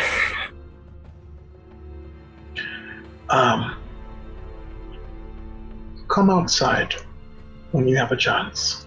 We need to talk separately. Alright. Man, he's gonna make a beeline for the door, pat Stuart on the head, and walk out. Stuart thinks about giving you the finger for a minute and then realizes you can snap his neck no problem. And you make it outside. You make it outside. Killian stays inside and just stares at Stu for a bit. I'm wanting good old Stu to sit there and look uncomfortable with wanting me to leave, but I haven't left yet, just to prove a point about where ghouls are on this hierarchy of things. Alright. If you could... She's gonna look at Quillian and just smile so big. Darling, if you wouldn't mind, give me a moment. I'm going to make a call myself. I'll be in here entertaining Stu a little bit. I'm going to nod at Aramanus and Cecilia and glare and roll my eyes at Stuart and walk outside. Okay. Wow. Both. Well, we'll handle Marvello first. What are you doing outside? I'm gonna make a call. Okay. Who are you calling?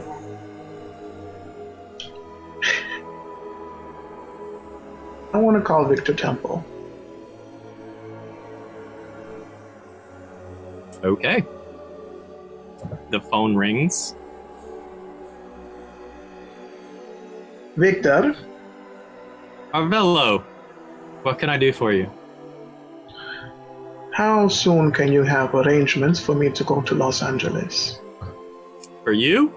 Yes. I can have everything arranged by tomorrow night. Okay. I will need to set up a place in your Bethany. Things are not going well here as I expected. Fiorenza kind of filled me in on what's going on. That's the thing, is Fiorenza. We should talk more about her. But not over the phone. Fair enough. I'll make the arrangements. Is Eve anywhere nearby? She is not. Is there a way you can get in contact with her? I probably need to speak with her. I might be a +1. Yeah, I can set up for a +1. Eve, I don't know. It's going to be tough. I know she's deep in the Camarilla, and I know you are friends, but this person is good with shadows as well. That's all I'm going to say. Fair enough. I'll have you 2 tickets at your place tomorrow night when you wake up. Thank you. Just securely send me the info. Of course. All right. Anything else?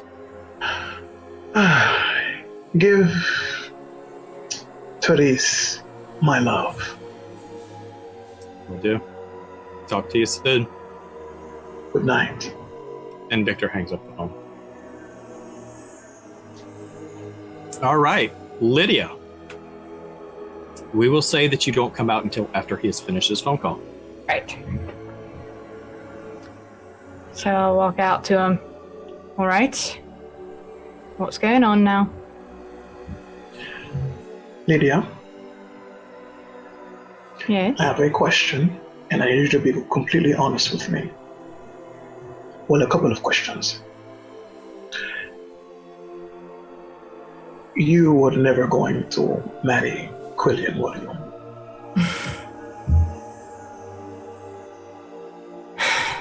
It's really not easy, is it, to trick a Malkavian? We do tricks all the time. Did we have it for just a second, right? Just a moment. Perhaps? A little bit? Yes, you did help me for a moment, but I kind of pieced that this probably was going to be a big farce. I mean, I had this already prepared for you and everything.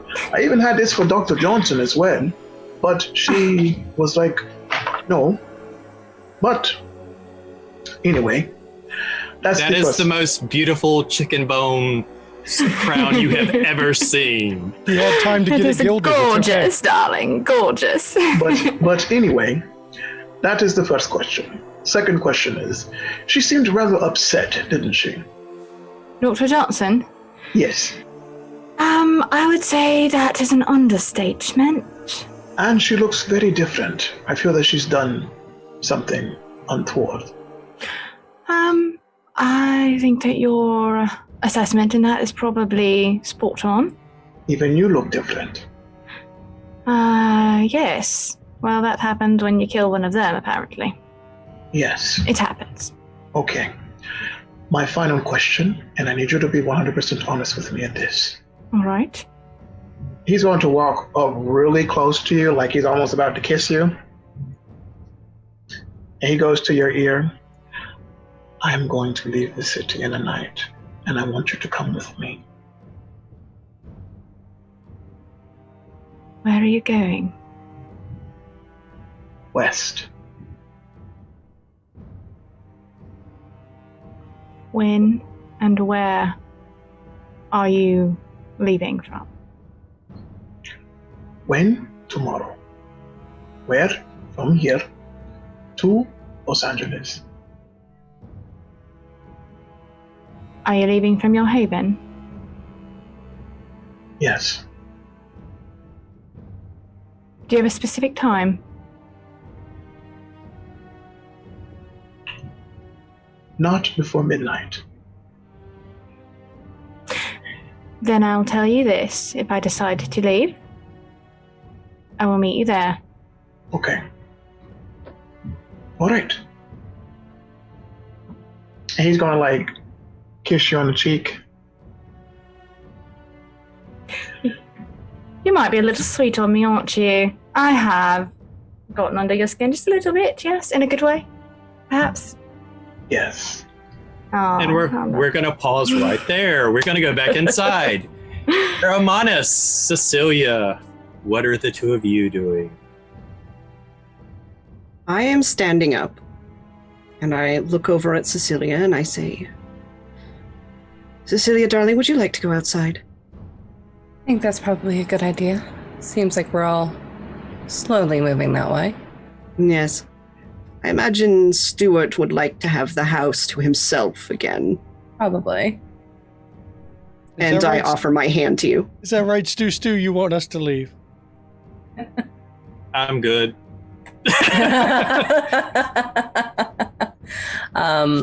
Cecilia will take Aramanus' hand. I help you to your feet, very gentlemanly. Yeah. And I take your arm and we will walk out. And I will follow about 15, 20 feet back. I'm just I would like to say... Oh, sorry, go ahead. making it clear that I'm walking out for my choice just because I want to mess with Stu some more. And honestly, it's time to leave because I don't want to know what she's doing in the basement. I really don't. Before they come out, I would like to tell Marvello that don't let on that you know about the ruse yet. I like to, we're now playing a prank on Quillian. Shall we? Yes. Fantastic. You can be my fiancé. Lovely. When I get out, the first thing I say is, I'm going to get the car, dear. Wonderful. That would be fantastic. Thank you so much. See, he can be an absolute gentleman when he wants to be. I think all of the assholeness is just a ruse of his own. When? I think we have to wait here, though, for Dr. Ada. She did say she was coming tonight to this Johnny Mercer Boulevard She thing. said she'd be there in an hour. Okay. I mean, do we want to go without her? That might spoil Marlo's the fun. going to lift his glasses up a little bit, and he's going to wipe away a blood tear. Oh, hello. Ah, I don't want to. Yes. Are you all right? Yes, I am well. And you can tell he's visibly not. My darling, you are not convincing at all, I'm afraid. Yeah. I can tell something's wrong, Marvello. What's going on? No, I'm fine. I am fine. You don't have to pretend that you're fine. All of us are unfine in our own ways. Okay, if we're going to be, we're going to be around 100, as the saying goes. I was not expecting to be turned down so quickly. That has thrown me for a loop. Now my plans are up in the air. But you are a canny individual. I'm sure you'll land on your feet. One little setback won't stop you. Oh, of course. Not at all. But of course, it does hurt when such a thing happens, struck down so quickly. Yes. It's been a long time since I felt feelings. It's been a long time. Not since 72, after the cake party. That must have been a hell of a cake party. Yeah, There were several people everywhere, nude in various stages of undress. Beer, blood, women, a goat, and 2 dogs. A goat and 2 dogs? Yes. Sort of glad that I've never had to experience something like a keg party or you don't ever before. You don't want to. That was not a good night. It's been a long time since I've ever heard of a party that involves a goat and 2 dogs. Exactly. I actually have to agree with that. Well, the crowd that I was with, they... things. That's all I'm going to say. Things. Bad idea. God damn it, man. I was almost keeping my face straight. And then So good. And then nope. Nope. Judge a character. or a very good Georgia character, depends on the part. You don't know. Oh, jeez. Well, Marvello, we do appreciate everything you're doing, but you could always approach it like you did with the TikTok situation. You found another way around it. Yes, you could get a VPN. Exactly. Yes, I have a VPN. For the situation. Mm-hmm. Yes. I have already found out a way to handle this situation as it is. He's going to take out the invitations. I had these already printed for the nuptials. Mm. Oh, you are prepared. Yes. And he's going to reach in and take out a lighter and just... And Killian yells from the car, "Is that what I think it was? Is the wedding off? What is my mom going to say?" She's going to be very unhappy with you, I'm afraid. Agreed. Yes, I believe. I'm kind of relieved I don't have to meet your mother, if I'm going to be quite honest with you. You'd have to have Dr. Ada's help to meet her at this point, unfortunately, my dear. Keep the ring in memory of our time together. I wasn't planning on giving it back, darling. Thank you, though. Be happy you don't have to meet my mother either. She's kind of... she's definitely Dare say something. bad things about her. What were you saying, Marvello? Can I use an ability? Because Marvel is feeling mischievous. Oh, Yes. dear. Oh, Wait a for minute. You haven't been feeling mischievous up until now, and just now you get mischievous? We're getting mischievous wasn't just now? mischievous? What the fuck? pink party! Do it. I'd like to use Extinguish Vitae. On. Quillian. Please tell everyone what that does. Yeah. Yeah, I gotta bring up my book. That's dangerous shit. You're in deep shit with that. Extinguish Vitae is blood sorcery, and it can make a character get hungry. Oh, dear. Let me see. Let me pull up my Oh book. my god. That's not mischievous. That's dangerous. While you're doing that, let's go to Dr. Johnson so she's not just sitting there. Okay, so what I have done, Stuart took her downstairs to my lab and basically, or her surgery is what it's technically classified on her sheet. She has had Eva set up on a table and it has a drainage spout. It's basically a morgue table. Mm-hmm. And there is a bucket underneath the drainage spout that Ada has placed. Mm-hmm. And she walks over and with a scalpel, and Eva is knocked the fuck out. She's completely tranked. Oh my god. Warning, this may get graphic, y'all. I'm going to try to be very elusive as much as I can. She is going to cut the major arteries in the body so that she bleeds onto the table. You will take stains for that, so you'll take 2 stains. 2 stains. I will fight one of those. Okay. Her conviction is lower classes exist only to serve, and this is a ghoul. Okay, so you'll only take 1 stain. As she's rolling, when Eva dies, I lose 1 humanity. You do?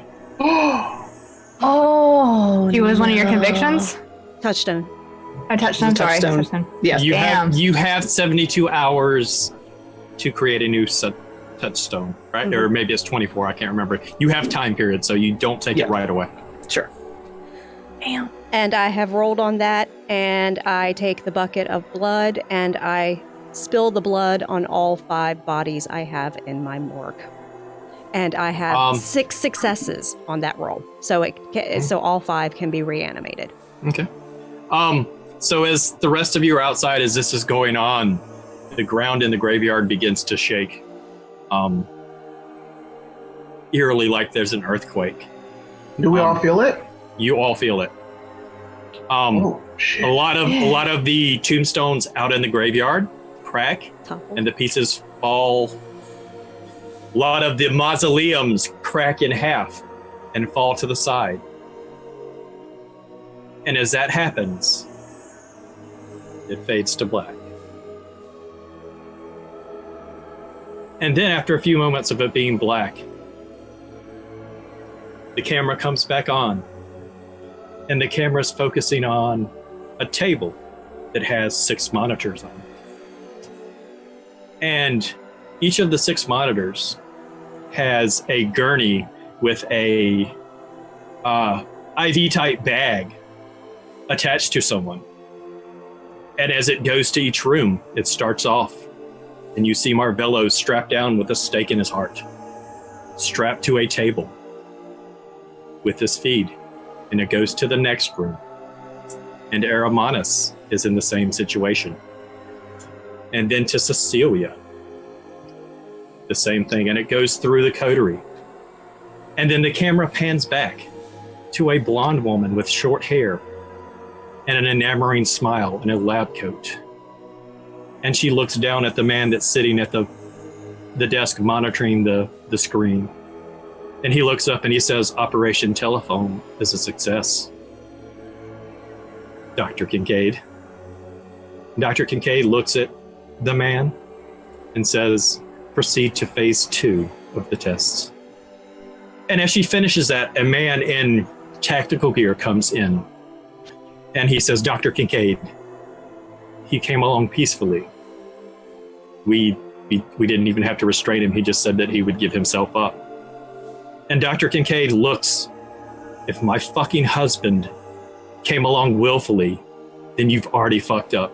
And as that happens, alarms start sounding throughout the building as the doors to where the kindred are being held get ripped off by a tall 6-foot man with dark hair, moving at an unearthly speed. And Kincaid looks at Dr. Kincaid and says, "Well, honey, I guess we'll be together." And leans in and sinks his teeth in and begins to drain her. And that's where we're going to end.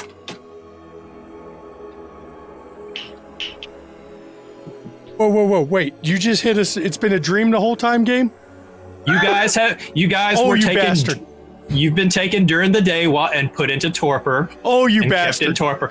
And they've literally had someone in the room with you all whispering into your ears. Oh, you bastard. You rotten bastard. God Damn it, man. I guess we don't get to run away together. Oh, he didn't get to extinguish Vitae because I was going to return it with Dominate and then Linger and Kiss him. I was going to hit Marvello with Linger and Kiss because we're going to play the game. We're going to fucking play the game. Wow. Yes! I just felt like that the Dr. Johnson scene was the proper place to end it. I had only really intended to go That was good, right? That was really good. Till 3 o'clock, but you guys were getting so much in. I'm like, all right, I know where I'm going to end it. When she does the thing, ritual for the body and animates the corpses. Animates the army. Yeah. She turns into the witch queen of Savannah. I guess Lydia doesn't get to keep the ring, does she? Oh, damn! I don't get to keep the ring. I don't get to run away with Marvello now and break Quillian's poor little heart. Yep. Damn it! The ring was named no less, and you don't even get to keep the sinner among the saints. Oh, man. Damn it. That has been Savannah by Night. It has been a learning experience. It's been a lot of fun. It's been a lot of fun. It's been a lot of ups and downs. Enough about me. I don't need to blow my own horn. I'm nobody. It's about these people that play the game. So we're going to start with Samantha. Tell us who you are, where you can be found. Work our way back the opposite direction and end with Shanky. I am Samantha McLarty. I was playing the La Sombra Lydia Thorne, and I am at Just S McLarty on all socials: Instagram, Twitter, Twitch. I don't do TikTok. Sorry, Marvello. Don't do TikTok.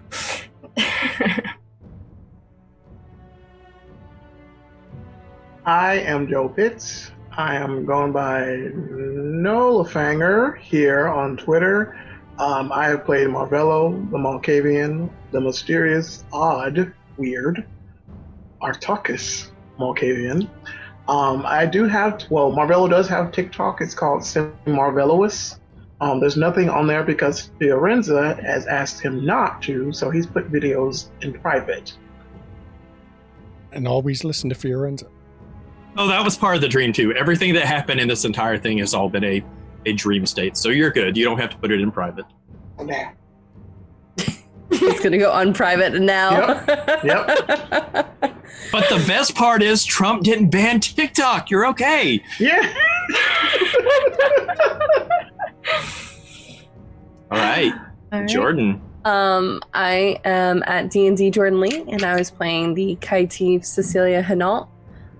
You can find me on the Thread Raiders channel or right here. I'll be back here in a bit for a really, really special project I'm very excited about. But yeah, you can mainly find me at Thread Raiders, and then I will also be at Mini Terrain Domain. I will be joining a Monday night campaign with more details to be forthcoming. So, but you can find me on Twitter and on Twitch at D&D Jordan Lee. I'm Devin, also known as Lady Merowith, somewhere up there. There it is. I've been Naramanis the Toreador. You can find me on Twitter, Instagram, Twitch, as Lady Merowith. If you like doodles, art stuff, random things, Morrowind, give Majesty. me a follow. Majesty! Yes! Yeah, I lost my wife a week for that game because you were playing it on your stream one time. That makes me so happy. It's one of my favorite games ever. But yeah, that's where you can find me. And thank you to everybody who came to watch, and everyone for playing. Raylyn. All right, so I am Relyn. You can find me on most socials, Twitter, Instagram, various places at RelynDare, RelynNNDARE. We here at McStabber Studios have a very exciting lineup coming up over the next week. Give me just a moment while I pull that up. We actually have this coming week on Tuesday at 8 p.m. Eastern, Haunted Chronicles, our Chronicles of Darkness stream that is done just about weekly, but they're actually switching to the first 3 weeks, and then something new's coming next week on Tuesday night, 7th Sea, a Pirate Chronicle. And then Wednesday, we are having episode 9 of Wraith. It is the next to last episode of the season, and shit gets real for the Wraiths, for real. You don't want to miss that at 8 o'clock Eastern. And then on Friday, we have Lydia, who will be playing in 10 Candles. It's a one-shot run by Tamshu, the storyteller of Haunted Chronicles, and it has an amazing cast. You saw the preview at the start of this episode, and it is going to be horrifying and tragic and glorious. So you'll want to tune in for that at 8 o'clock Eastern on Friday. And also, the special project that Jordan mentioned is on October 16th, Friday night at 8 p.m. We are doing a special charity one-shot of Bluebeard's Bride. It's a gothic horror game kind of styled a bit like the movie Crimson Peak, and we are all gathering together to raise money for the Breast Cancer Foundation so that we are going to actually have funds go to an organization that directly helps people. So, thank you. And of course, I am Shanky McStabber. A lot of people know me just Shanky McStabber. This was my first Ventru, Killian Roche. Now, I want to point out that Lydia never asked about if there was any blood sorcery on the ring that he gave her. Nope, I did not. Should have, damn it. Just saying, you never know what could have been on the ring. He's always got his motives he's playing. I want to say this has been a blast. I don't get to be a player very often. I am almost always the storyteller. And Vampire, I rarely get to be a player. And I enjoyed my first outing as a Ventru. It was something new, something different to try, and I loved it. And I'd like to thank everyone in the game. I enjoyed playing. I loved playing off Sam with the Lydia Killian thing. Cecilia Marvello, you fucking broke me like 8 or 9 times. Devin, it's always a pleasure. Hopefully we'll get you in on the Chicago game that we're still finishing up the casting call interview portions because we're casting call's been closed for it, but we're getting close to making our casting decision. Darth, thank you for storytelling this, for giving me a chance to play something new, to play a Ventru, to play in a vampire, and with some people that if it wasn't for Savannah by Night, I never would have got to play with. And that's just a fact, because Thread Raiders in that very first game, I got to play with people I hadn't played with, and then come over here and here's Cecilia, and it's like, oh, I get to play with Jordan now, and there's somebody else, and I love it. Thank you. The ending, you bastard, you rotten bastard. I loved it. I just want you to be able to use a character somewhere else. I didn't want you stuck in a timeline somewhere. No, that's fantastic. Yeah. But damn it, man. One thing I do want to interject really quick, I'm sorry. We do have an open casting call for a werewolf one-shot run by Ravenna. She plays in Wraith, and she has guested on Haunted Chronicles. And she will be running a werewolf one-shot game on October 9th. And there is currently an open casting call for that in our Casting Couch channel on Discord. You got to go to the Discord. Yep. So everyone knows, join the Discord. All of our casting calls for our channel are done through the Discord. And we give priority first to Discord members. We don't take it to Twitter. We don't run around outside normally. Discord members are where we cast all of our shows from. As a way to build with the community and really to get a chance to play with the people the wonderful people we've met through streaming. So that's a big one. If you want to catch back episodes of this or any of the other shows, check YouTube. I'm sure my wife will put the YouTube link if she hasn't already. She already has. Because I'm on it. She's on it today. And this has been a fun journey, and not going to lie, I wish it wasn't ended, but it is what it is. And if it ends, it ends. At least we ended it. We ended it without it not having a final episode. Yeah. Because the worst thing can happen is it ends without an episode. It just goes away.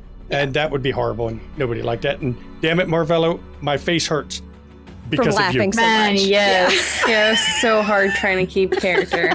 Impossible. Another little announcement for the channel. We are currently getting requirements met for a giveaway. So basically in those YouTube links that I posted, click on the Haunted Chronicles link and the Ishvel link. Give them a free subscribe on YouTube. Once they reach 100 subscribers each, we are giving away 2 $30 gift certificates to Drive Through RPG to viewers. So please go do that because we want to give you shit. So, but good stuff. Yep. Because once they get their short URL, I can quit URL shaming. Yeah. Ishvel and Haunted Chronicles, because as Tis says, who's the dungeon master of Ishvel, which is every Saturday at 1 p.m. by the way. Great D&D Viking themed. Mm-hmm. It's amazing. She said it sounds like the URL is you're summoning Cthulhu. And we don't want to summon too many Cthulhus. Only one allowed at a time. We don't need a bunch of them. So, and I'm going to turn it over to Darth. So, because don't care what you say, thank you for being storyteller. Absolutely. You were a great storyteller for this. I enjoyed it. I had a blast.